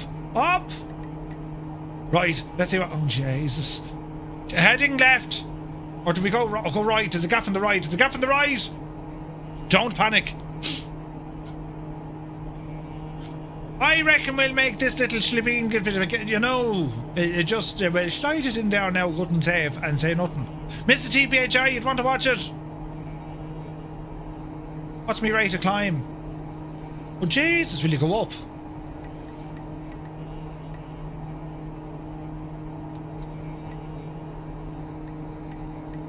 Up? Right. What's your speed here now? Oh, Jesus. A modern Apple laptop cannot use an eGPU. Wait, what? Add 10 degrees of flaps? Not just yet. Let the speed drop first, then we can use flaps. It'll allow us to go a little bit slower. Oh, ye of little faith, we'll be grand. We're totally fine. We've crossed the Alps, lads, right? This is, you know, only 3 times the height. Jesus, look at it though. Isn't this something else, isn't it? Beautiful. But, you know, a long way down, right? But anyway, the Red Palace was added between 1690 and 1694 as a memorial to the 5th Dalai Lama and to house his funeral stupa. Built by the regent Sangye Gasto, it enshrines gilded stupas, or tortons, of 8 past Dalai Lama and numerous chapels dedicated to Buddhist deities. The Red Palace also contains sacred chapels such as the Chapel of Victory over the 3 worlds, with a golden statue of the 1,000-armed Jesus Avalok. Wait, now we'll try that again. Avalok Tevara, and the Phapka Langkang Chapel housing a sandalwood statue. A steep ladder leads to the the King's Meditation Chamber, preserving statues of the King and his wives. Grand. On the ground level of the Red Palace is the Great West Hall, the palace's largest hall, which includes a 14.84 metre tall stupa of the 5th Dalai Lama, lavishly decorated, get this, with 3.7 tons of pure gold and 20,000 precious stones. Lads. What? Madness. Madness, I say. Right, down on the left hand. We're doing all right, look. Oh, ye of little faith. Subsequent Dalai Lama added more stupas and halls. The funerary stupas of the 7th, 8th, 9th and 13th Dalai Lama were erected in their own halls. The Potala reached its present scale in 1936 with the completion of the 13th Dalai Lama stupa. In the mid-18th century, the Norbalinka Summer Palace was constructed on the Lhasa River plain, so the Potala became known as the Winter Palace. After the Tibetan uprising in 1959, the 14th Dalai Lama fled into exile, and the Potala subsequently became a state museum. Erected, huh? Right? Hayden is here, good to see you. In a room full of Tibetan monks, Murph would have the most hair. Thanks, Heisenberg. Yeah, very kind of you to say so. Jesus. But anyway, the architectural design, Dzong-style fortress and materials. So the palace is built in the Dzong style, a Tibetan fort monastery architecture combining palace, castle and temple functions. Its granite walls, some 3 meters thick and sloping inward, are fastened with wood and mud bricks without nails. The walls were reinforced with copper to improve earthquake resistance. The roofs were covered with gilded bronze tiles that glitter in the sunlight. Construction required thousands of artisans. Historical accounts note up to 7,700 craftsmen and labourers worked daily on the Red Palace alone. Materials were transported by yak and on cowhide rafts across the Lhasa River. The Potala's colour scheme carries symbolic meaning. The White Palace covered with white lime to signify peace and compassion, while the Red Palace is painted with red pigment representing power and the Buddhist faith. The palace's gold top canopies are similar to those on the Jongkang Temple and proclaim the spiritual authority of the Dalai Lama. The 3 colours, red, white and yellow, correspond to the 3 protective hills of Lhasa, the Chikpori, the Pongwari and the Marpo Ri. Now, the palace complex comprises 4 main elements. The White Palace, the secular wing used as the Dalai Lama's residence and administrative centre. It has all the living quarters, the audience halls and of course the throne room. Then we have the Red Palace, the spiritual core with numerous chapels, assembly halls and 8 gilded stupas containing the remains of previous Dalai Lama. Then we have the Shawl Village. It's a small settlement at the foot of the hill, once housing officials, military barracks, stables and even a prison. Today it serves as a museum displaying the artefacts and former printing house. Then we have the Zhongjiao Lucan Garden, A serene park behind the palace formed when earth was excavated during the 5th Dalai Lama's expansion. The park has a lake and a favourite local gathering place.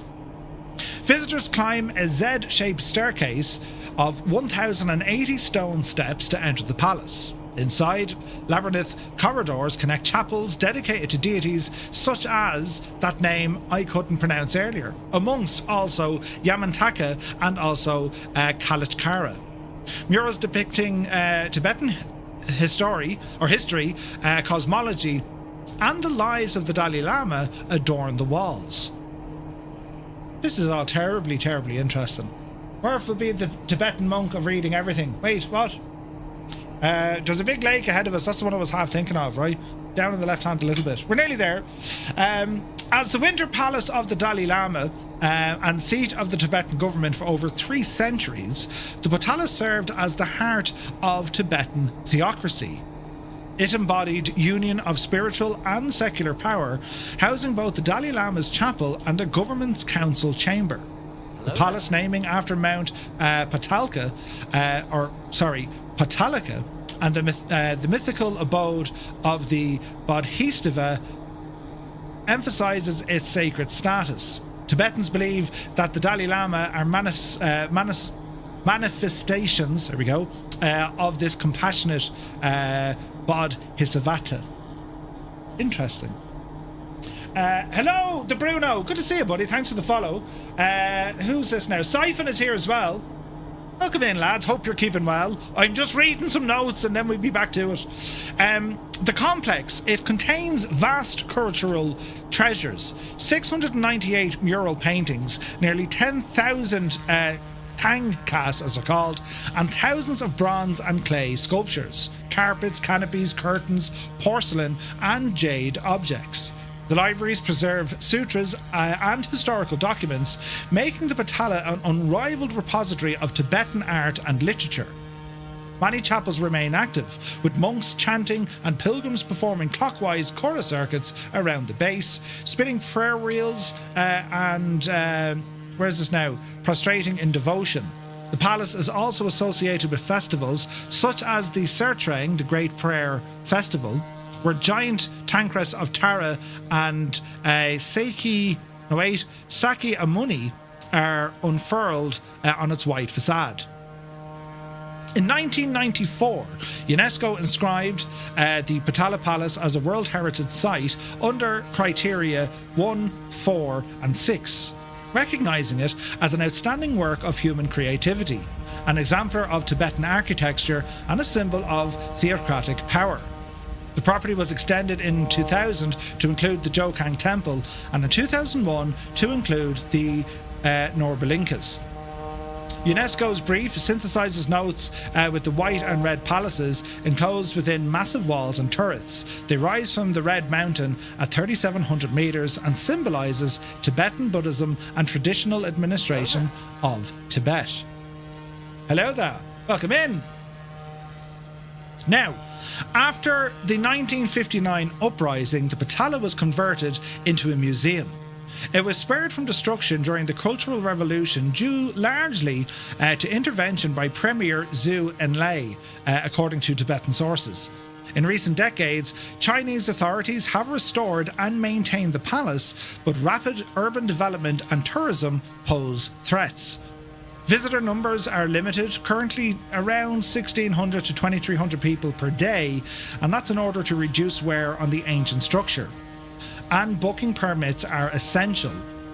Despite restrictions, the Potala remains Tibet's leading attraction and a powerful symbol of Tibetan identity. That's mad. So technically speaking, we are in the Tibetan Autonomous Region of China, right? That's the official kind of political kind of name for it, right? It is fascinating. Gomez, thank you for the follow. Bruno, hope you're well, buddy. Good to see you too. Loved your YouTube videos, so I had to come by seeing you stream. Hello from Malaysia. Well, thank you very much. Hello from Ireland. Good to see you. Murph, do you know what criteria 1, 4 and 6 are? Yes. Invented by the Irish, built by the Irish and spoken about by the Irish. The UNESCO. Everyone knows that, surely. It's going to be gears up for a water landing. We have to do a bit of a splash here, don't we? I mean, it'd be rude not to, lads, wouldn't it? It'd be rude not to. Easing out. But yeah, Siphon, hope you're well, buddy. Where did the dough come from? It's mad money when you think about it, right? Right, so we're going to aim to do a bit of a splash and dash. We're more than halfway there. We're going to be there shortly. Jesus. They are known as Tibetans. Indeed. Mr. TPHI is nice and low. Actually, she's in a good spot. Right, we'll do one of these, one of those. Zoom this guy in, and we'll just kind of enjoy the old, enjoy the scenery, lads.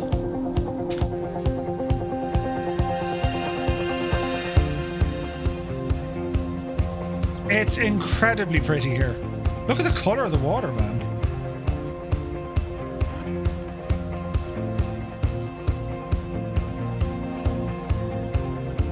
Ah, Bruno, thank you very much, buddy.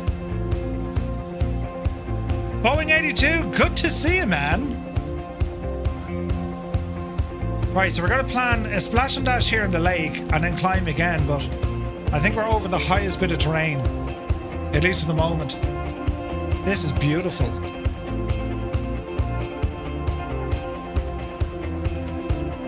We'll ramble out this way.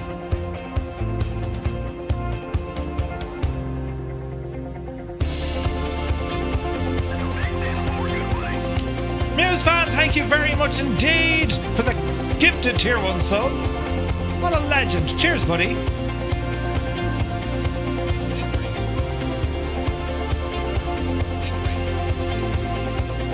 Always a challenge to land when the water is so calm, look. Easy now.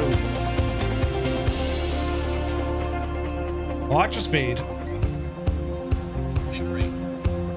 Easy.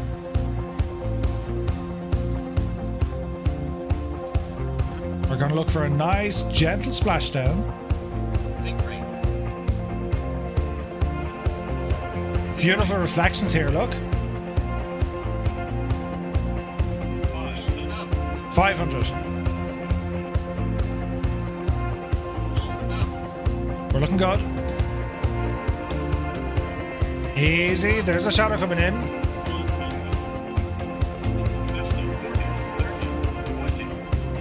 Easy. Easy, let the speed bleed off. Man, look at the ripples. Easy. Into beta power. Look at this. Beautiful.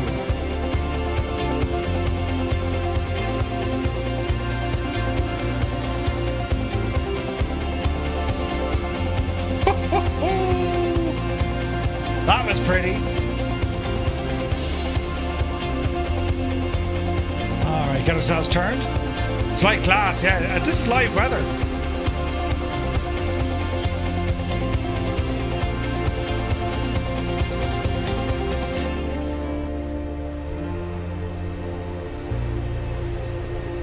Oh man, it's gorgeous, isn't it? Absolutely stunning. Camera's freaking out. Stupid thing. Here we go. The camera was totally freaking out.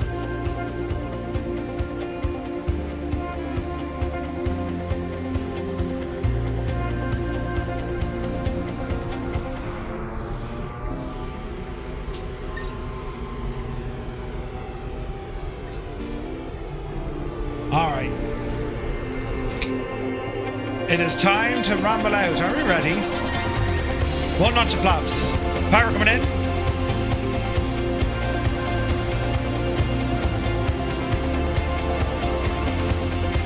Take up power set.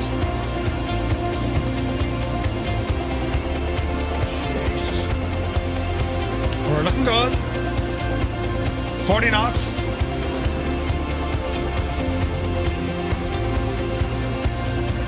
50 knots.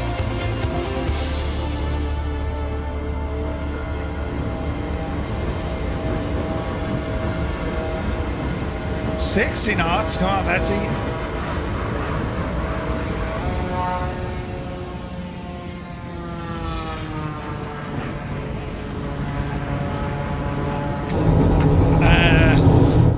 I imagine she'd be able to...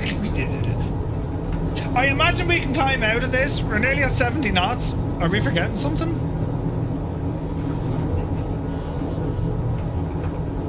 $70 knots? Come on, Betsy.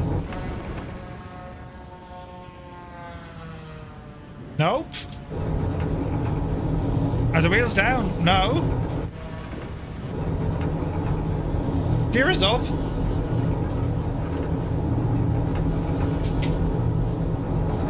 Density altitude? 16,000 feet.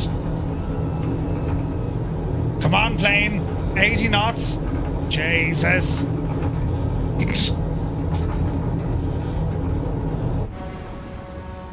Yep, you devil. Jesus. That could have been hilarious, right? We were full power, man. 90 knots. Jesus. Right. Up and at them. Up and at them. Not enough power. We got power. She just wasn't going great. Hype train. What the devil? Never say never. Taps out at 80 knots. JB Alberta's in the same boat. Don't forget the runways are over 3 miles long, right? Right, we need to climb here. 105 knots. I think we're alright. Famous last words, but I think we're alright. Man, we're giving this poor old Twin Otter an absolute, like, workout. 104 knots. Let's try and get the speed up a bit. You were starting to worry for a moment? I was blind with worry. I near fell over with worry, you know. Alright, we're looking better now. Speed's recovering. Flaps are fully in. And we're pretty much straight on, lads. We're giving it all she's got. Glass water, almost impossible to take off from. Too late, you've already done that. Terrain. We're alright, we can see the old terrain. And Patrick at the pints of Guinness. Oh lads, the views though. Isn't this beautiful scenery? What a beautiful part of the world we're in. Wait, my camera was off. That'll tell you the level of Egypt I am. Easy now.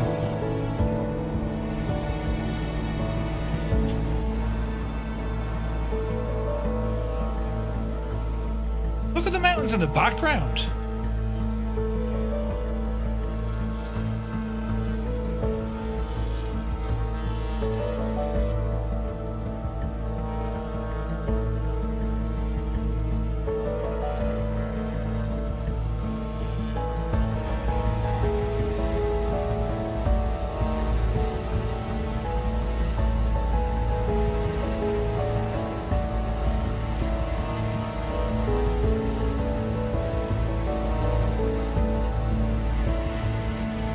Beautiful.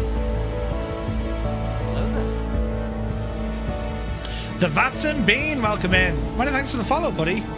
Right, let's see what we can do here. So altitude, can we just like autopilot, altitude hold, and let's get me heading synced. Okie dokie, heading is now synced, heading mode engaged. And we're looking good, we're looking good.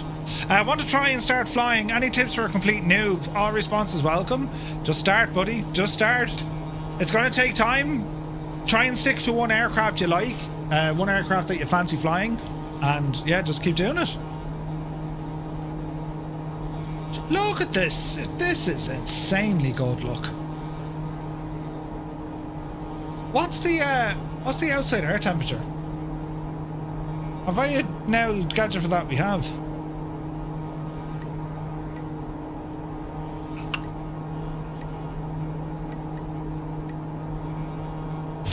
It's not on that gadget.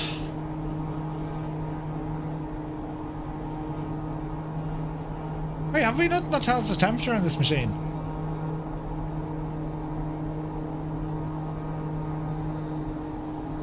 Oh yeah! Yeah, it's about -10. Yikes. Okay, we're looking good. Right hand a little bit. Lamas have lots of dough and no aircraft to fly around here. There's a load of heli bases up here, heliports. Now, whether or not that's for government officials or what, but... Man, look at this scenery. This is insanely good. Look at it, lads. I gotta say, like, it's not the... It wouldn't be on your normal routes you'd go flying, right? There's not much up here. Even in terms of airports, okay, we have a fairly big one at Lhasa, but like... It's more internal flights, right? It's -24 on 98 Vulcans, really. Oh, this is beautiful, lads. Look at the terrain colours. Look. That's insane looking.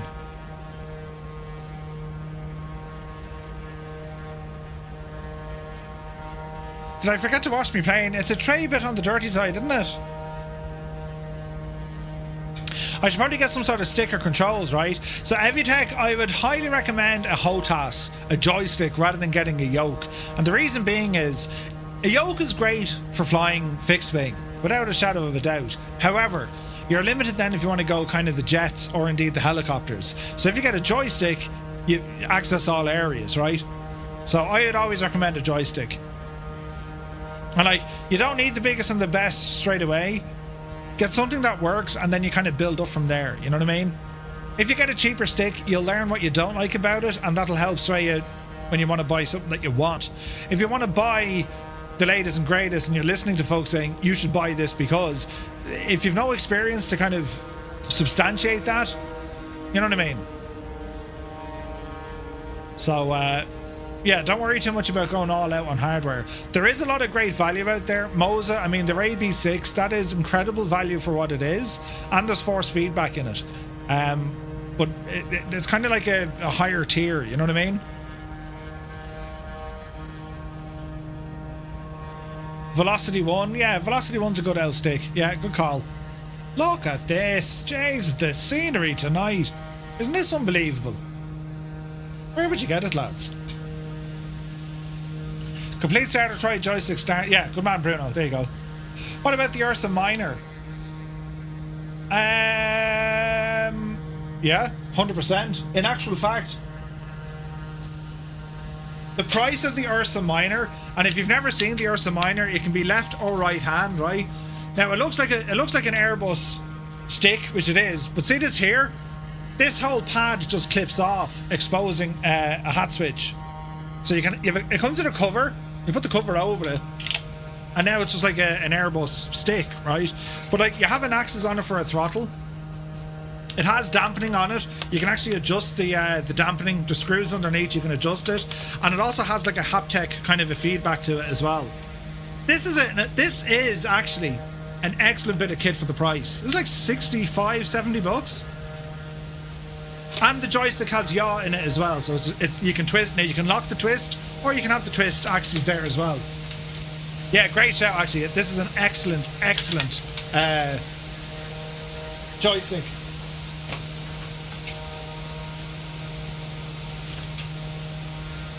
It's 110, is it? Is it? That's on the website. Oh, well, that's delivery like. Am I going the wrong way? Nope. We are not. If you're left-handed, you're wrong though. It's difficult flying this thing left-handed, as was the result of our flight last Thursday, where I absolutely destroyed the runway. But, you know, more on that later. We won't worry about that. Yeah, the Airbus one is 60. Yeah, it's the Airbus one is so, it's like very, very affordable. And it's excellent. It's actually excellent.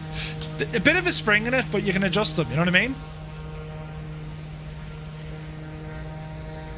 JJ Stevens, good to see you. So I have information, can't tell you when, but there might be a MAL MXT7 Comet 180 coming. Ooh, nice.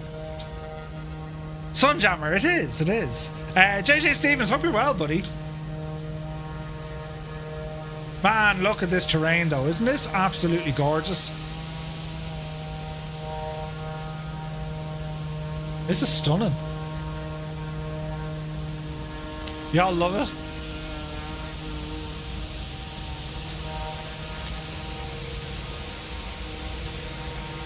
Looking good, looking good.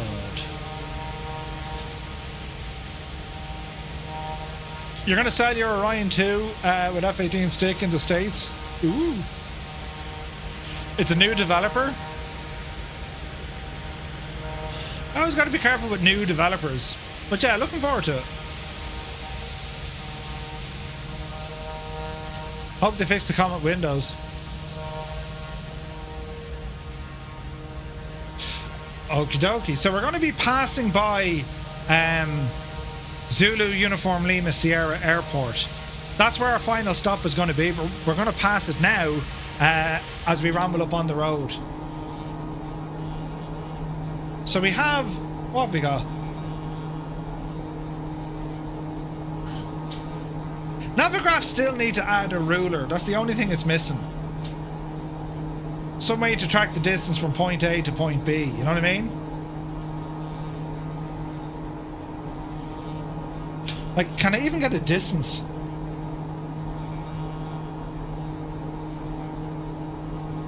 There's no way to get a distance. Like, it's shocking, isn't it? I have them all. They're going to use for reference. Ooh, nice. Hey, Jojo1 is here. Jojo, happy birthday, buddy. Good to see you, man. We saw the announcement there that it was your birthday, so we gave you a happy birthday on Discord. Hope you're having a great day, buddy. Man, look at it. This is spectacular. So we're about 40 miles out, I'd say. Give or take.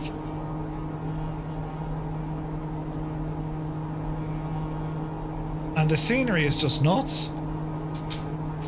Also, I do hope someone can answer a question I have, but I'm running the RTX 3070, Horizon 5 5600. It runs well on the sim, even with high fidelity, but sometimes when moving outside the aircraft, it stutters. If it's only happening outside the aircraft, Bruno, it could be your off-screen terrain cache. Check your settings on that. Could be VRAM, but check your off-screen caching, because that might rely on internet and RAM. You know? Little nav map has a handy wee feature where you just hover any airport, it'll give you a tooltip showing you exactly how far away it is. Navigraph should really implement something. Yeah, man, it's like Garmin Pilot has it. Like, you click anywhere on the map, it'll give you a distance. ForeFlight has a ruler. You can just, like, how far, how long, how long will it take? 16 gigs of VRAM. What about normal RAM? Or it could be the game, it does it to everyone. It shouldn't though, CP. If you're getting stutters, you need to fix it. Like, you've 32 gigs of RAM. Yeah, check your I reckon it's the off-screen caching, Bruno. So whatever setting it's on, if it's on low, increase it. If it's on ultra, drop it back one. Do you know?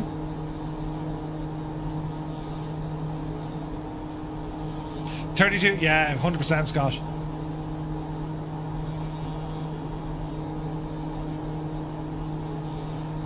Like, 32 would be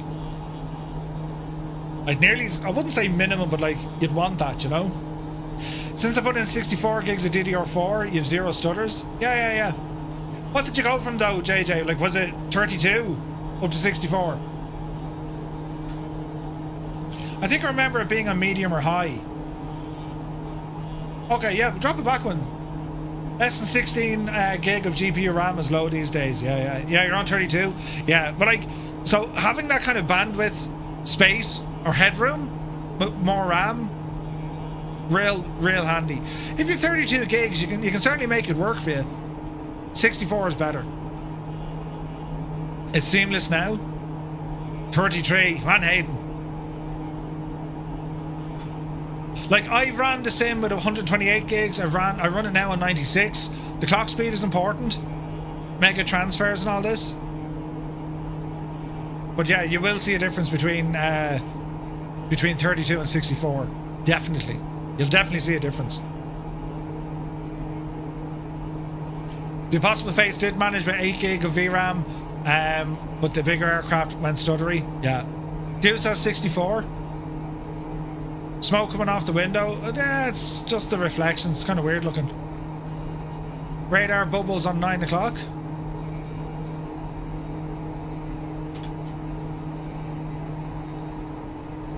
Looking good, man. Looking good.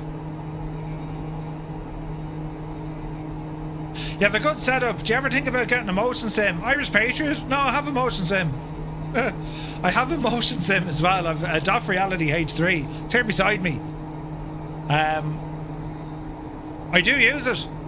And Pimax have sent me a big box. So I've even more reasons to use it. So I have to have a look at the old Pimax gear.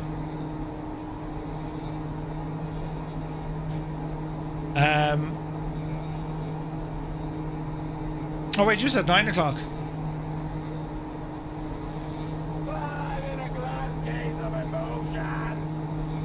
Interesting.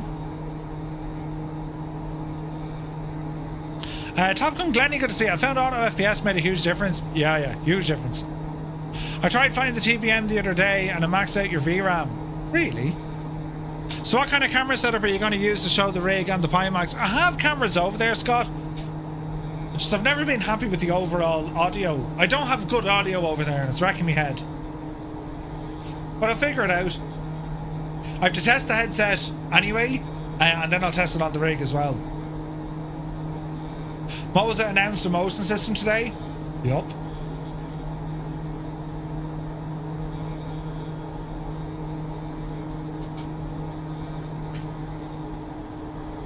Actually, did we see the link to that?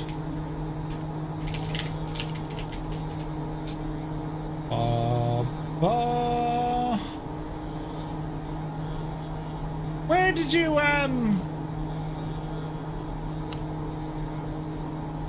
where'd you see that, Commander Balash?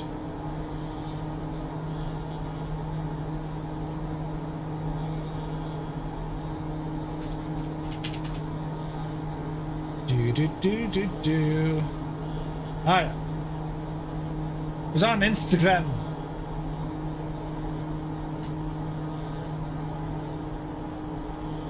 Ew. Is it for racing? Oh no, you can do that with flying.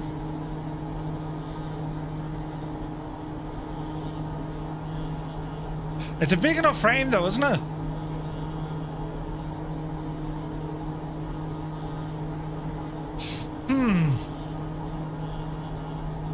Have you seen the new VR headset and the latest in the world? No, Kieran, no.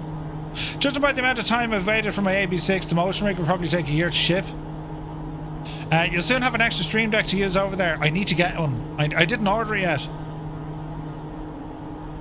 Shower leaking has postponed my Elgato setup. You know what I mean? Yeah, it'd be interesting to see what modes to do with that. Very interesting. Right, we want to follow up the bit of a valley here, because this goes all the way up to Lhasa. That airport should be over there. There she be. That's our final stop. We'll be over back down here in about half an hour, 40 minutes. Costs over 3,000. The ones I've seen could almost pay 7,000 for a proper one. Yeah. They're dear, man. Yeah. The DOF Reality H3, I think it's like 4. They're expensive and like they're kind of overkill, but if you're looking for that experience, if you're looking for that level of immersion, do you know who they kind of suit? They kind of suit the person who's massively into aviation but isn't necessarily going to bother at all in life doing lessons or, you know, pursuing a PPL, you know. Sweet, thanks, Scott. What throttle is the best for Boeing aircraft? I got a Thrustmaster Boeing TCA quadrant. It's a bit meh. Top Gun Glenny, check out the Mosa throttle. I'm still waiting to get one. But from what I've seen and what I've heard from other guys using it, it's a great throttle. I mean, you can go the Bravo route, right? It's quite bulky though.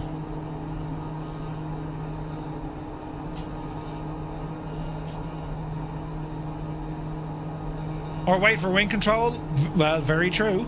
M. Morgan, good to see you, buddy. Got the 828 Comanche fixed. Guys in your Discord hooked me up. It was a dumb fix. Not at all. I love hearing that. And yeah, great to see you got it sorted, man. That's awesome. We have a great bunch of lads over on our Discord. Lads, do be sure to check out Discord. Exclamation point Discord. Give you a link. That's where we hang about when we're not on a live stream. Also, to our distinguished Patreons, there was an update sent out on Patreon. Have I not a button for Patreon? I do. I don't. Have I not a button for Patreon? I do. There we go. So there is a Patreon as well. It's not necessarily flight simulation stuff. You know, that's all here. But if you're interested in like streaming or content creation and all that kind of stuff, I keep a lot of stuff over there. So I got an update the other day. I was going to wait for the wind control stuff. If they announce anything at FS Weekend, it would probably be ready to ship kind of Q3, maybe. You know?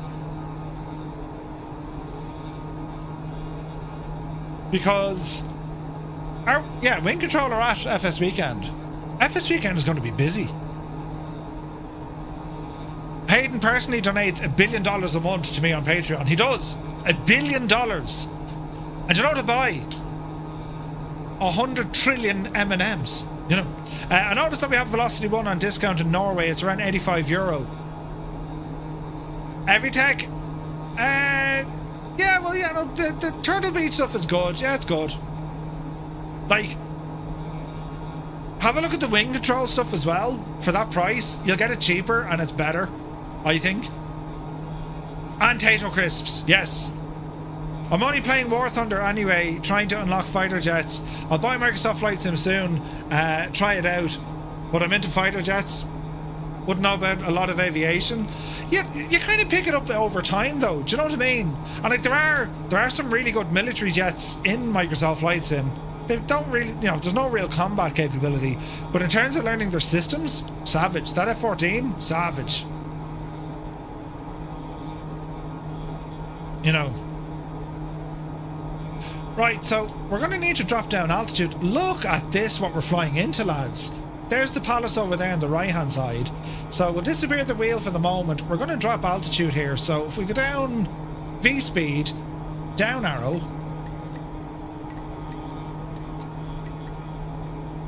Right, he's off the power a bit. F-35, yeah, 100%. Jolly God. I remember when I first started with flight sims, I was wondering how was it even possible to line up the plane with the runway trying to land. Dude, we all start somewhere. Don't ever worry that, you know, you don't have the skills or you're not as good as anyone. We all have to start in the same area. And like, you know, one thing I will say about our own community, it's such an encouraging one. Folks want to help. It's you don't get that in many places where folks are actively trying to help other people. If you don't want help, it's grand. But if you do want a bit of help, we have some really helpful folks in our Discord. I've seen the Discord channels light up. They'd be like 2-3 in the morning. People helping people. It's unbelievable. It's incredible. It really is. Hey, Johnny Mon is here. Good to see you, buddy. Hope you're well. Bell bro, take it fierce handy, bud. We are the kings of unsolicited advice. Yes. And you take the mickey out of Murph. Indeed, indeed. Thrustmaster TC or T16000, accurate and sturdy. Great bit of kit. Boston, yeah, great bit of kit. Right, where am I? I'm over here. Autopilot off. Drop at the nose. Now what we'll do a couple of flight paths here, but then we'll dim the lights, right? Torque pressure is reading 0 on the right engine. Check your fuel, Muse.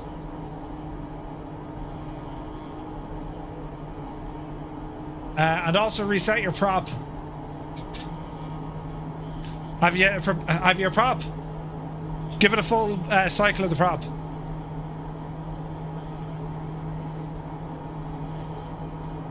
And make sure your booster pumps are on. All of them. You've emergency booster pumps. See these red guys? Turn those on and turn on your main ones here as well. Yeah.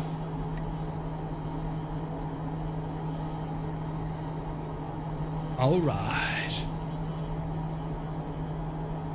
This is going to be very pretty. Are we ready? The Potala Palace, lads. Coming up at our 12 o'clock.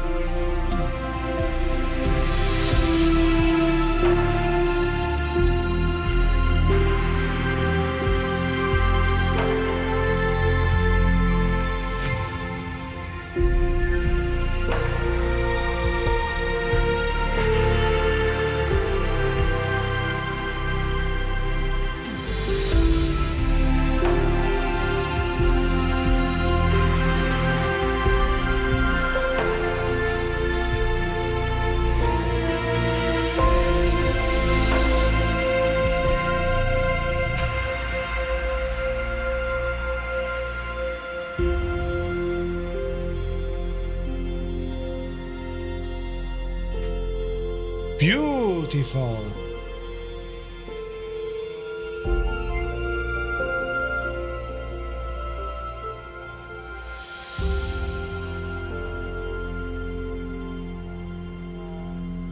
Isn't it pretty?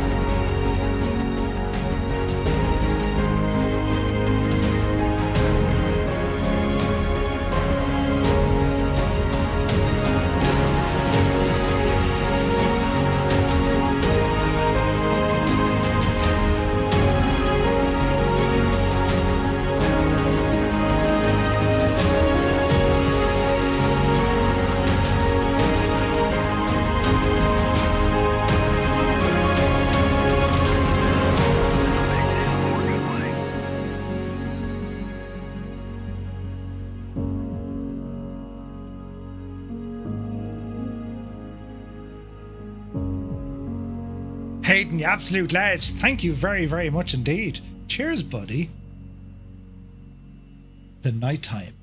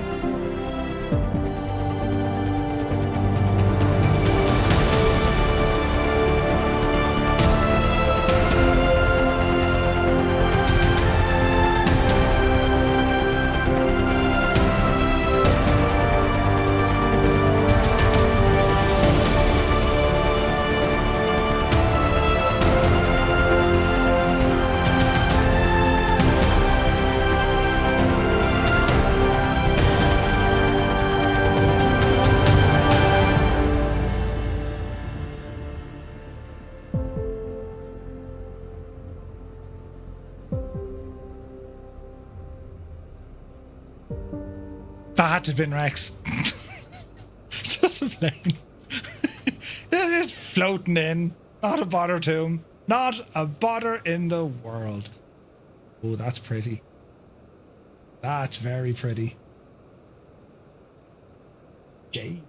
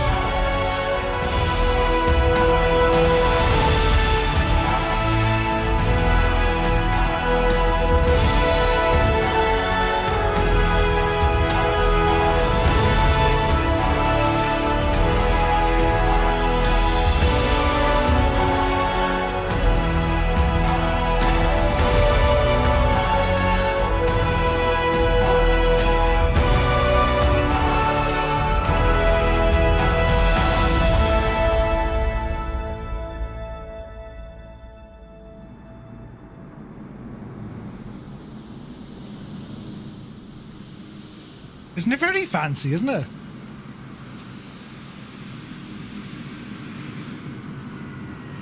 know the gas thing is, I knew nothing of this prior to, you know, doing this landmark series. I knew didn't even know it existed. Like, look where it is. Isn't it mad looking?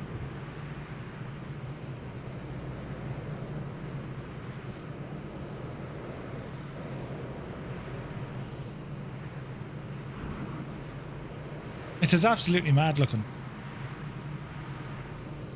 So you can see we have the white and the red palaces. And like, do you see the sheer drop off the back of it like? That's absolutely nuts, look.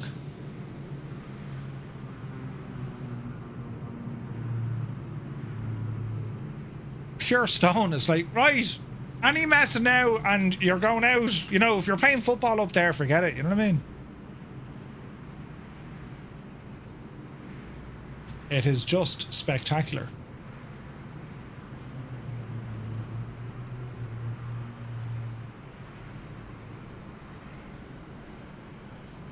But look at the detail, isn't it savage?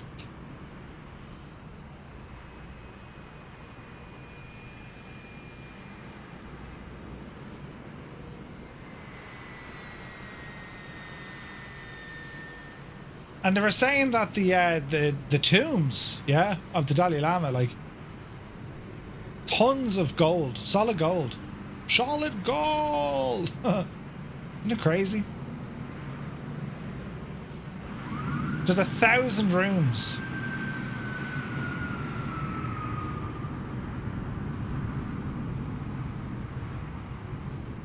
Isn't it absolutely deadly? Looks like something that Jepson would do. Yeah. No, it's pretty cool looking, I gotta say. Pretty awesome. Some real world photographs. So, that's it there. I mean, look at the mountains behind it, look. Jesus. That's the layout. Isn't there something else?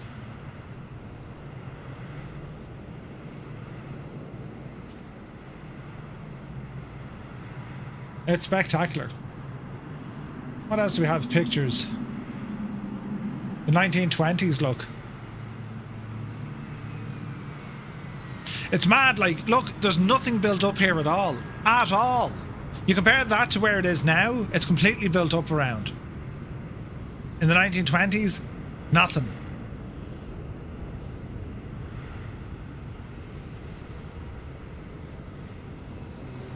That was back in 2008. Oh wow, look at that.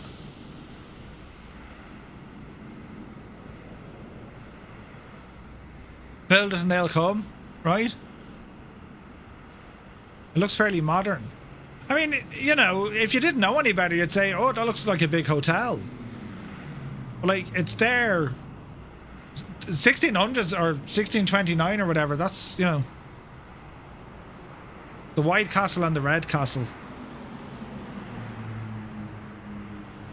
Yeah, they weren't messing around building this, were they?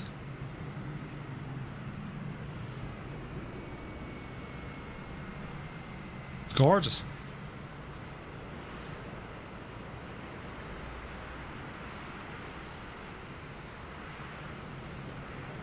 Jeez, look at that. The former quarters of the Dalai Lama.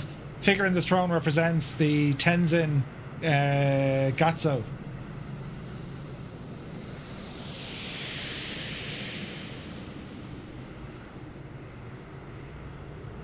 It's mad, lads. Beautiful. Absolutely beautiful.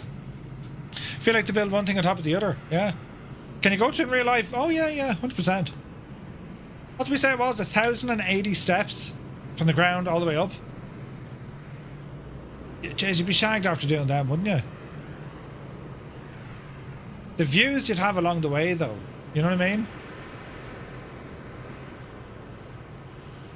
But like, I'd say, like, in 100 years, how much it built up. A photograph in 1920, there was nothing else here versus what we have now.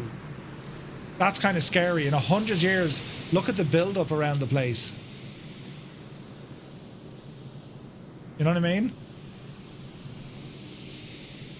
I mean, that's kind of similar-ish to what that photo was. That's crazy, look. This photo in the 1920s.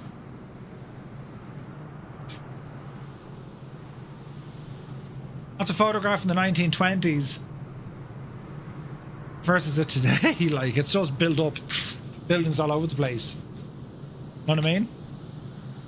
It's awesome. Absolutely awesome. Right. We continue. Where am I? I'm over this way. 2 low bridges there, says Muse. 2 low bridges.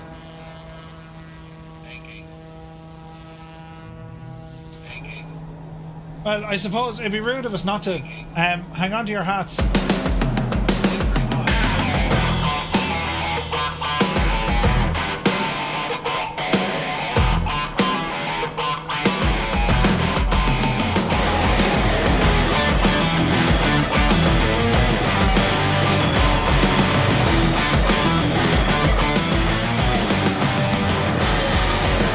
We ain't getting under the first one.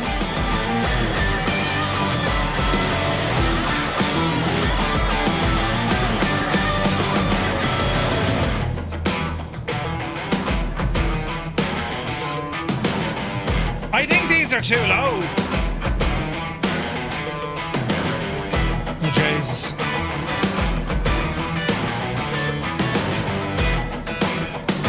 Easy. Easy. Muse, these are too low.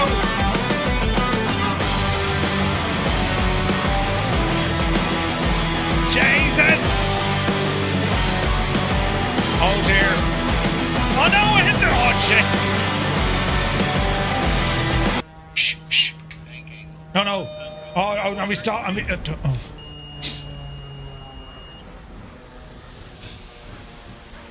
We're just all going to pretend that nothing happened. Nope. I was taxiing along the river, and we thought to ourselves, hey, wouldn't it be lovely, to taxi along the river? And then deploy our landing gear, and taxi on the road. Yeah, that is precisely what we did. The bridge is not safe.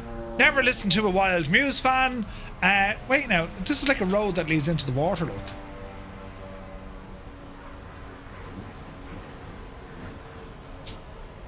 We ain't getting the plane under that. It's just not going to happen. Does the road go underwater? It does now. You would have made it if you didn't ricochet. No, not a hope. Into the water. Gear up. Pontoons a pontooning. Look, we'll ramble up to where the gadget is, look. Jess, we're doing yucky boos. I don't think we can actually fit under here. We'll know now in a second. Easy now. Oh, Jesus.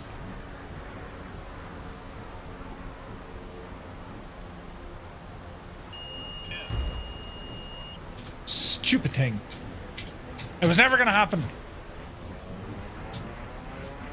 Impossible. Look at the water effects. Wait now, are we going to have enough sauce to get up? Oh dear. Oh dear, oh dear, oh dear. 60. Oh, balls. We need to get up. Out of it. Hang on to your hat, boys. It's going to be grand, says I. Oh, Jesus, 80 knots. Easy now.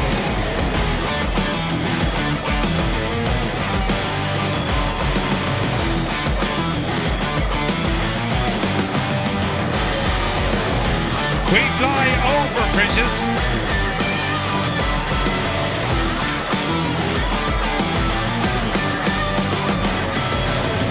I'm not having a good week.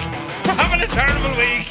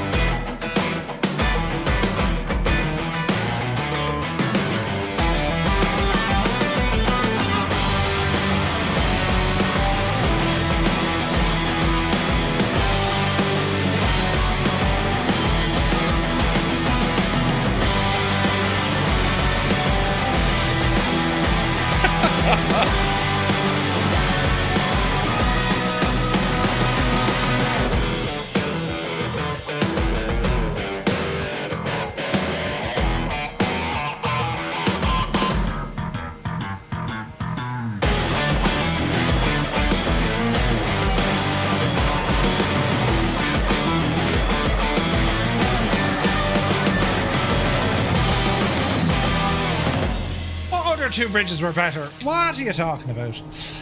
Right, where are we going? We're heading now down to a place, you know, to land, right? So there's a heliport over here, look.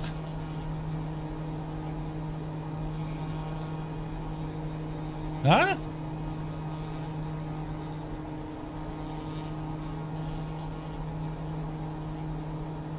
Really?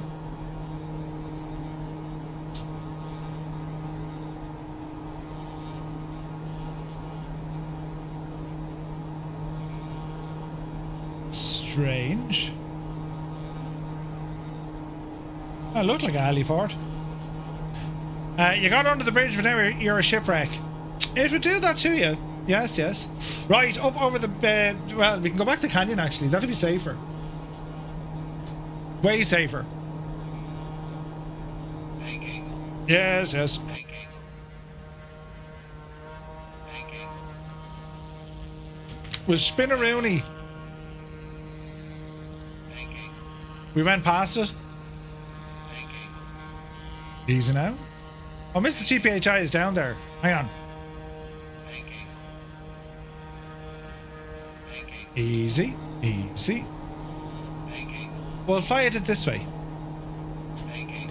Indicated airspeed is confusing at such high altitude. Yes. Sink rate. Alright, we'll head around this way. Sink rate. It's a good old plane, this. I do like the Twin Otter. Easy now. Sink rate. So, we reckon it's where Mr. GPHI is. Too low. Terrain. Easy. It's on... Too low. Yeah, it's on the south side of the river, isn't it? Too low. Terrain. Easy now. 500. Too low. Terrain. Ah, yes, good woman yourself. That's where it is. So that's a heliport right there. Too low. Terrain. Just for choppers. Built for choppers. It's mad, isn't it? Too low. Terrain. Hayden UK gifted a tier 1 sub. Did you see what he did? Hayden, the absolute legend. Terrain. Thank you very, very much indeed. Cheers, buddy. Too low. Terrain. Right, wish machine. We'll get around this corner and then hightail it down. Low. Terrain. 20 miles out, lads. 20 miles out. Too low. Terrain. Hayden, thank you very, very much indeed. So very kind, sir. Terrain. Can we turn off the altitude alert? Terrain. Way out of that, you're grand. Totally grand. Nothing to worry about at all. Low. Terrain. Pitch now. Too low. Terrain. Is it now? Too low. Terrain. Update on my right knee. The carpet burn still hurts. Just thought I'd share that with you now as I'm sitting here saying, I don't have a pain in my leg. Oh yeah. That's what it is, lads. That's what it is. Low. Terrain. Too low. Terrain. Right, we're kind of going the right way. Too low. Terrain. We're not too low. Well, we are a bit. Easy now. What were you doing on your knees? Falling. Be happy you aren't going for a job interview with that injury. Could you imagine? How would you explain it? Imagine if you had to wear shorts. Explain the injury then. Right.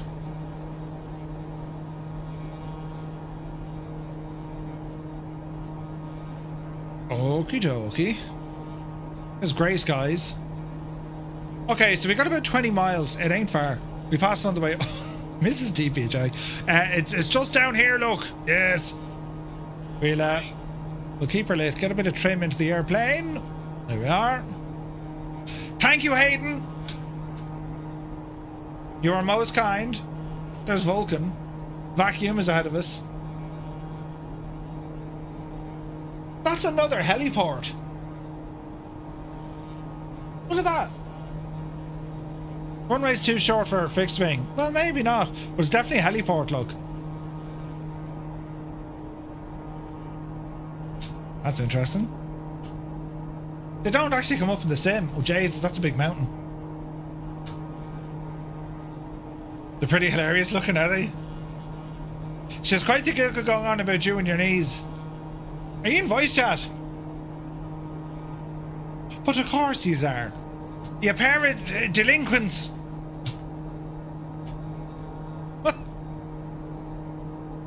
Great bunch of lads. Oh yeah. Jump into the Joy or the Joy's fan. I nearly said Joy's channel. Jump into the voice channel and just take the Dennis Hickey out of me. Not a bother. Not a bother at all. Easy now. Oh, I meant to ask, is there any like absolutely important apps one must need for the Mac? Is there anything terribly important you should put on your Mac? Just wondering, anyone who has one. You know, just a little bit.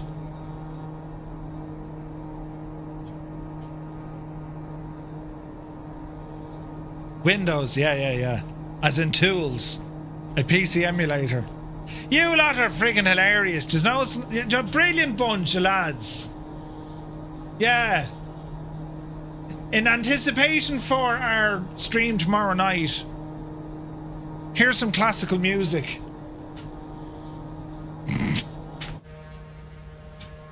As we ramble to our final stop of the night.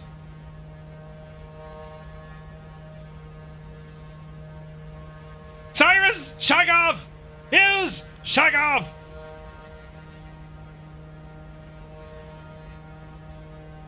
Stu, shag off! Super Tie, Zith, hold back! You can all shag off!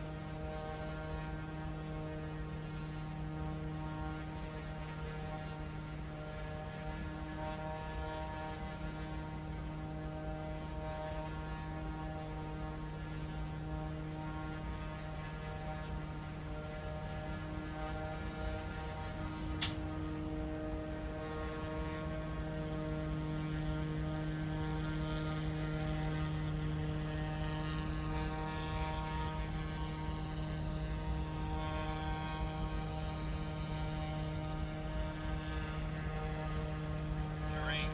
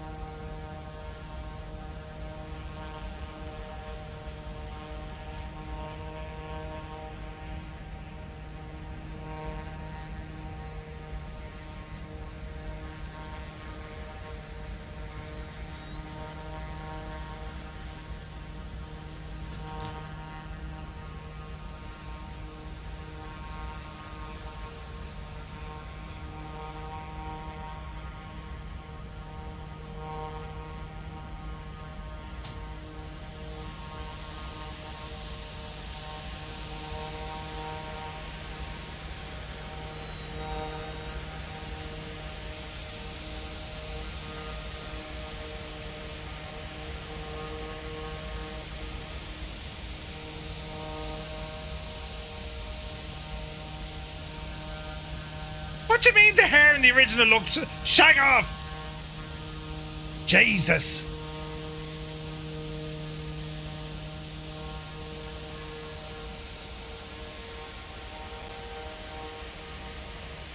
Great bunch of lads, you lot. Do you know that? A great bunch of lads.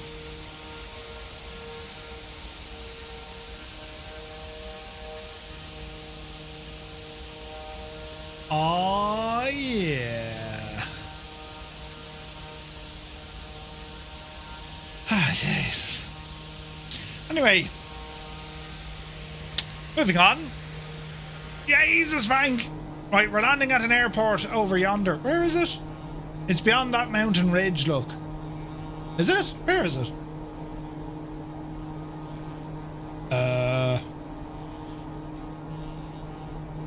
It's at the far side. Oh, it's over there, look. Ah, good man, Rex is there. Hey, Impulse, good to see you. You got your lights working?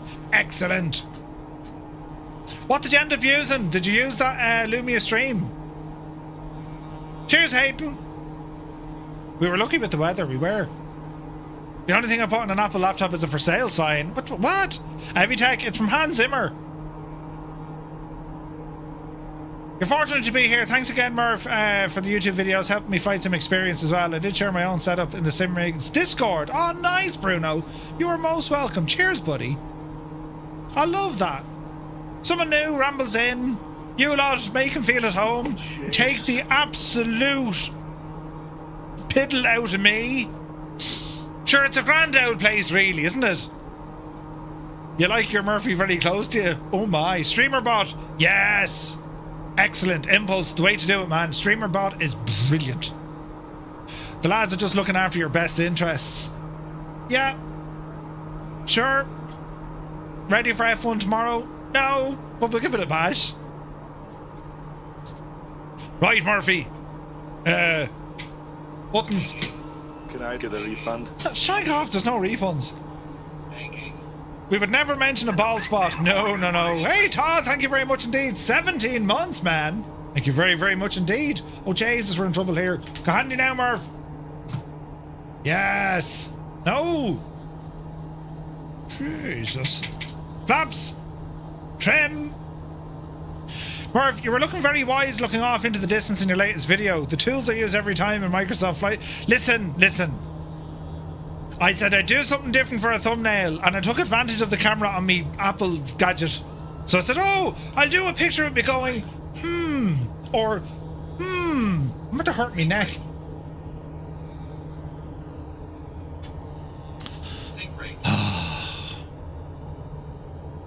You're a great bunch of lads, you know that? Did I ever tell you that? A great bunch of lads. Right, Jesus, what's your speed? 500. Is it now? I thought there were 2 runways here. Speedier, man! Look, Angels 1-5. The line must be drawn here, this far, now far. Look, there's 2 houses at the end of the runway. Prime real estate condition, look. Looks so dangerous for your neck, alright. Yeah, 100%.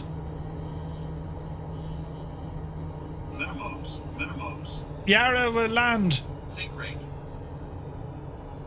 2-8 left. I don't see 2-8 right. 50, 40, 30, 20. Dreamy, sleepy, nighty, snoozy, snooze. Stew! Ha ha! Down you get, you devil you. Intubated. You have a terminal to model? Oh, dude.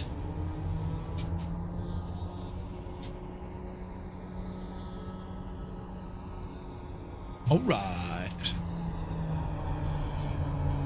We have landed. We have made it to our final destination. That was a really nice flight. The scenery was gorgeous. Landmark series. It should be like the scenery series. It's been absolutely insane. Next week, we're off to Ireland. Ah, brilliant. You demand a refund. You can shag right off. Slow. Oh, Blue Steel. Blue Steel. Did you ever think that maybe there's more to life than being really, really, really ridiculously good looking? Easy now.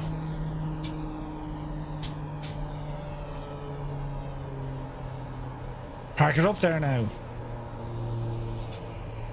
On the brakes. Excellent choice. Fuel. Good luck to you.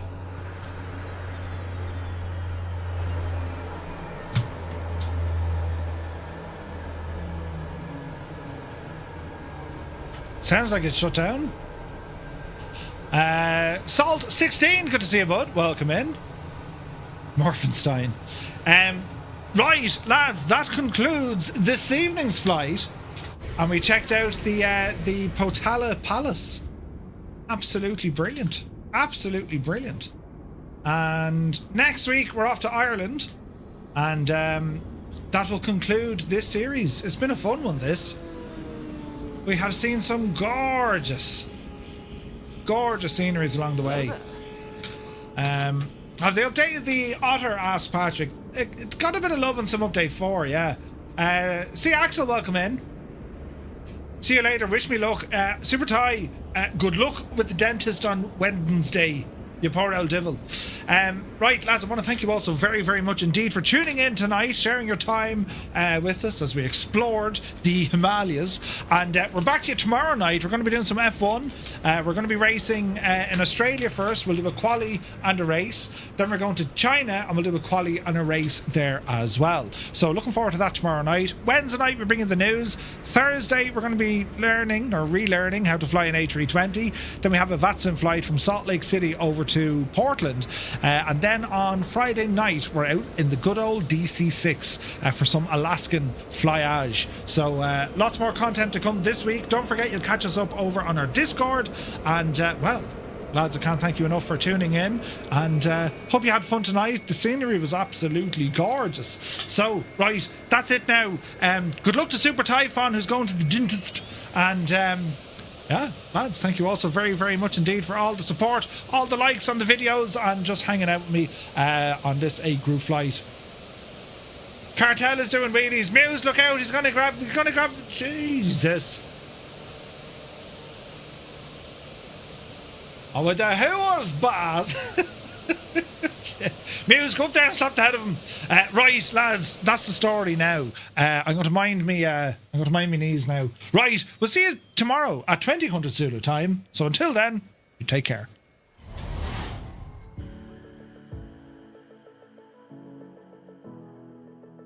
But the mod control, from a viewer perspective, it makes the whole thing quite negative, doesn't it? When you delete, you're sitting there and you're thinking, Jesus, this is painful to watch. This is like watching the end of Glen Rowe. Or lads are over there, so we'll have to do a bit of a chicane here. Mother of Jesus! Gibbo! What the hell?